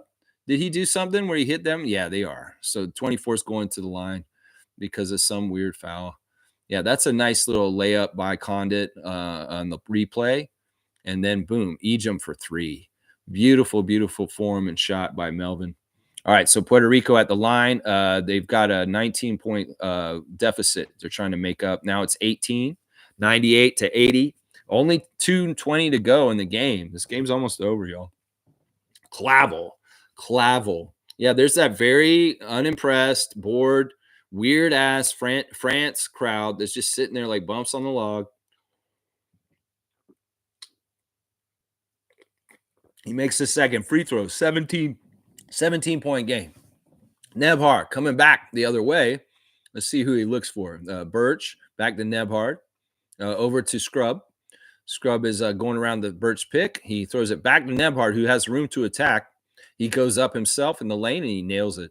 That's the kind of stuff he was doing for the Pacers in the playoffs that was just so gold. And I really want to see more of that from Nebhard. In some ways, him and Murray are in a similar position as guys who are newer, not from the team last year, that got to fit in. And so far, Andrew Nebhart is fitting in much better. There's a big three by number 12 for Puerto Rico late, 84-100. Canada has the century mark, which is a beautiful thing to see. Nice play by Nebhard, passing it to Birch, but Birch got tied up. May have gotten a little fouled. He couldn't finish it. 12 takes another three, and he's money right now. So there's two quick three-pointers by number 12 to add 6 points to help Puerto Rico, but it's too little too late. It's a minute and a half to go, 100-87. So it is a 13-point lead now at this point. But yeah, there's not enough time on the clock. Nikel's coming around a screen for Kem. Let's see what he does with it. He takes the three, and he misses. Rebounded by 12. Let's somebody find 12 on the other side. That guy's heated up, and he's been making his shots. So somebody needs to find 12. Okay, that guy wants to be a hero, and he hits it. So now it's only a 10-point game. A minute to go, 190. 10-point game. Yikes. Yeah, Puerto Rico shooting 6 for 10 from 3 in the fourth quarter. That's big time. Nikel gets hit, and he blows it up too. Are they going to give him continuation? Looks like they are, maybe. Give him the 2 points. 102? Oh, don't add it to Puerto Rico scorekeeper, you idiots. It's Canada 102. Puerto Rico 90. Yeah, that's just bad Canadian broadcasting job by CBC. Add in the points to them at first. And he makes that 103-90. Canada up by 13 now. Good job, Nikel, getting a 3-point play. All right, let's see. Let's guard him out for the last minute. Good defense by everybody's on the court. It's good to see Alexander Walker and Nebhard out there in garbage minutes, kind of keep things, the ball's knocked loose. And Andrew does get it before it goes out of bounds. Here we go. Nikel over to Melvin. Melvin's going to give it to Scrub. Scrub's going to take the baseline jumper, and he misses. Kem's on the boards, though. He throws it back into Condit, though. Condit's got the ball coming back the other way. Let's see what happens here. Or Fernandez. Sorry, that's Fernandez. Condit fouled out. I apologize if I don't get the Puerto Rico players correct, because I mean, I've called them maybe this the first time ever. They hit another three. Oh my gosh. Still a 10-point game though. And there's only 8 seconds to go. So how are you going to score 10 points today? Andrew's going to dribble it out, and Canada's won, guys. This is it right here. 1-0, 103-93. The final score, Canada winning by 10 versus Puerto Rico. The lead went up as high as 21 at times, but pretty much Canada broke it open in the beginning of the second half and kind of kept them at varying degrees away at double digits. But a good job, a good performance by the Canada team. Very proud of them doing stuff. There are some things we got to work on, obviously, like finding people on the three-point line and maybe integrating some of the guys who've added on to the team in the last year to play more smoothly with the team, as far as Jamal Murray. Yeah, that needs to happen right there. Yeah, let's see. Blackhawks saying the funny thing is Puerto Rico's frustrated with an exhibition game. This is just a warm-up. Yeah, I mean, listen, I like that they play all out, even if the game doesn't count. That's a testament to Jose Alvarado. A lot of respect for that kid and what he did in this game, trying to help Puerto Rico beat us. In some ways, we're just way more talented than them. Look at Melvin Ejim getting dap with the refs. See, that's what I'm talking about. Melvin showing respect to the referees and coming to say them. Did everybody do that? I don't know. Now they're going to get in the middle and have that huddle in the middle, all Team Canada talking. And, of course, Puerto Rico also. Hold your heads up high. Beat the U.S. How about that, Alvarado? Could you beat the U.S. in your group? I love it. Of course, they're clapping for the crowd, and the crowd is clapping for them. So Canada getting a little bit of love from the French crowd right at the end and waving to the crowd and stuff like that.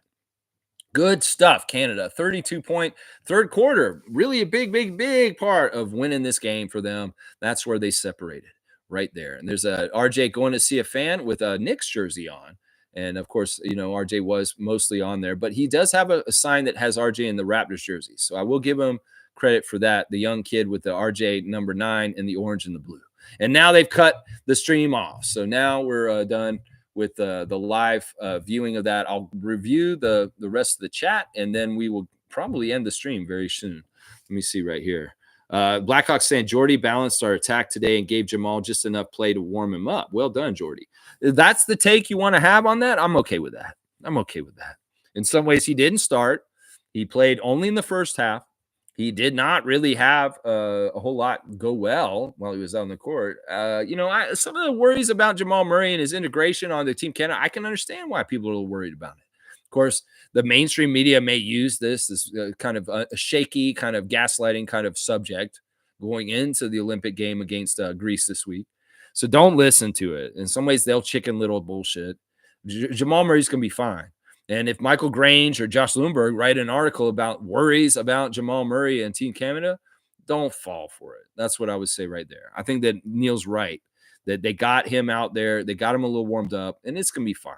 In some ways, I like him off the bench. I really, really do. Some people may say, you're crazy, Lex. That's Jamal Murray, NBA champion for the Denver Nuggets. How the hell are you going to have him come off the bench? Just trust me on this. Seriously, just trust me on this. Because in some ways, having a scorer like him off the bench when things kind of change with the other team, as far as they're bringing in their second unit, and you can see the difference between Puerto Rico's first unit and their second unit and how vast it is. So just think about that with Jamal Murray coming out there against the second unit of the other team and how that may be easy pickings for him. That's what I'm thinking right there. Yeah. Blackhawks saying Melvin is all Euro ball, and that is okay. Yeah. He's got a lot of respect on that continent over there. As much as Garrett Temple is a great player to have on the Raptors, as our Udonis Haslem, as an advocate, as a lawyer, as somebody who's involved in the Players Association, it's great to have Melvin Ejim on Team Canada because he has a lot of connections and relationships with European basketball officials and players. So that's a big part of it right there. Blackhawks saying Scrub was scrubbing him. Yeah, good to see a little scrub action. We didn't get any Kamajili, though, in some ways. Yeah, Blackhawks saying, Nebhard, get your run in. That's right. Nickel and Nebhard did much better today. Yes, Nebhard had a really good game the last game against France, too. And Nickel hadn't really had a good game until today. And Nickel was very, very good. Early on, it was a big story. The second unit with Alexander Walker and Lyles doing a lot of scoring for us in the first quarter and the second quarter. Really good win, Andrew. I appreciate you being here today, Andrew Nebhard. I was going to call you Andrew Nebhard. Good to see you, Andrew Nebhard. No, wait, you were playing. Anyway, tomorrow I'll have a reaction to the game tonight against the Spurs with the Raptors at 7 p.m. start. And also we'll talk more about this game too, even though I'm reacting to it right now. I may break down the box score more when I get a look at the box score and see exactly how badass Dylan Brooks was. And see exactly what SGA and Jamal actually did. So, yeah, let's see. Blackhawks saying Puerto Rico definitely play but their bench huddle was a little grim. Listen, they shouldn't be upset. They should hold their heads up high. In some ways, this isn't the same as Sudan and USA yesterday. But you know what? We're a top team. And honestly, you guys hung with us with a lot less talent. And I really give a lot of credit to Alvarado and Pinheiro. They were a big part of that. Yeah. Blackhawks saying Jamal doesn't have to start for now. It is more important for him to catch up to speed. I totally agree with this. I totally agree with this. Once again, people that are always saying people need to start just because of hierarchy or some stupid stuff like that. If it don't make sense, don't do it. So in some ways right now, it does not make sense to start him right now. In some ways, basketball teams are always like, well, who's playing the best? They should be starting.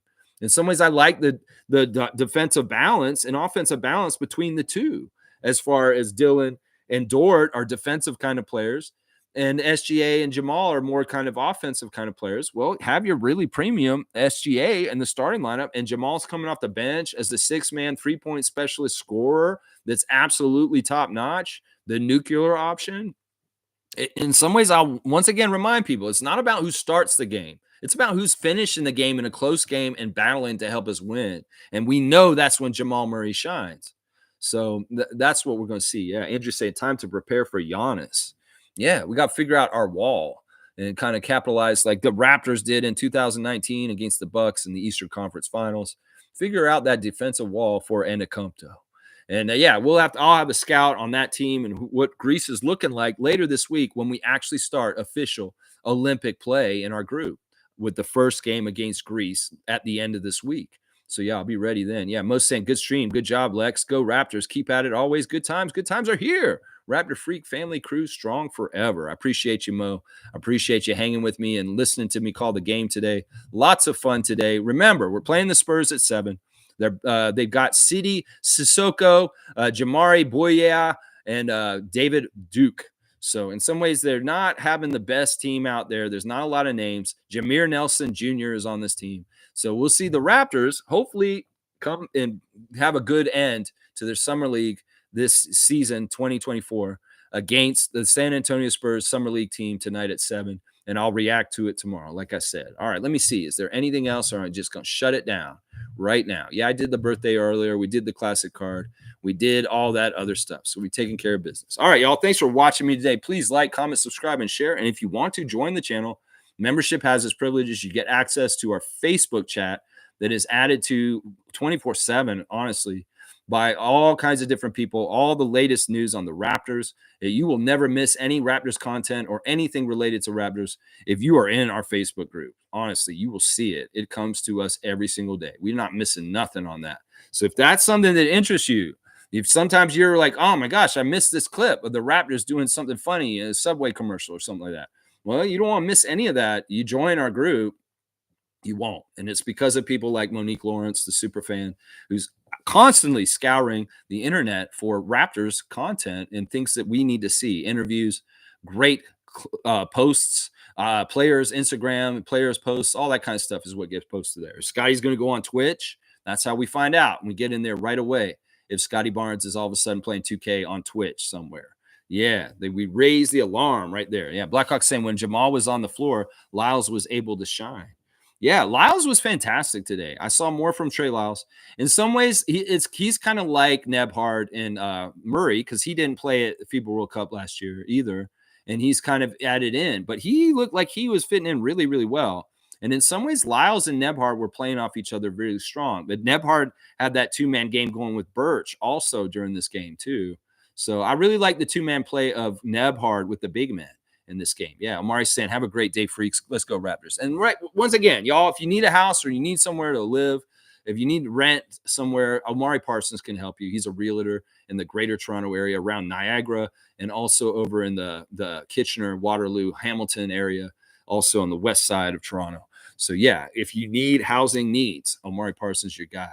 All right, y'all. Thanks for watching me. I'll be back tomorrow morning at the regular time, 9:30, reacting to the Spurs Raptors game, Summer League tonight. All right. Thanks for watching and have a great Sunday afternoon. Get outside and touch grass. It's beautiful out there. It's going to be fun. All right. Good job, Canada. Let's go, Canada.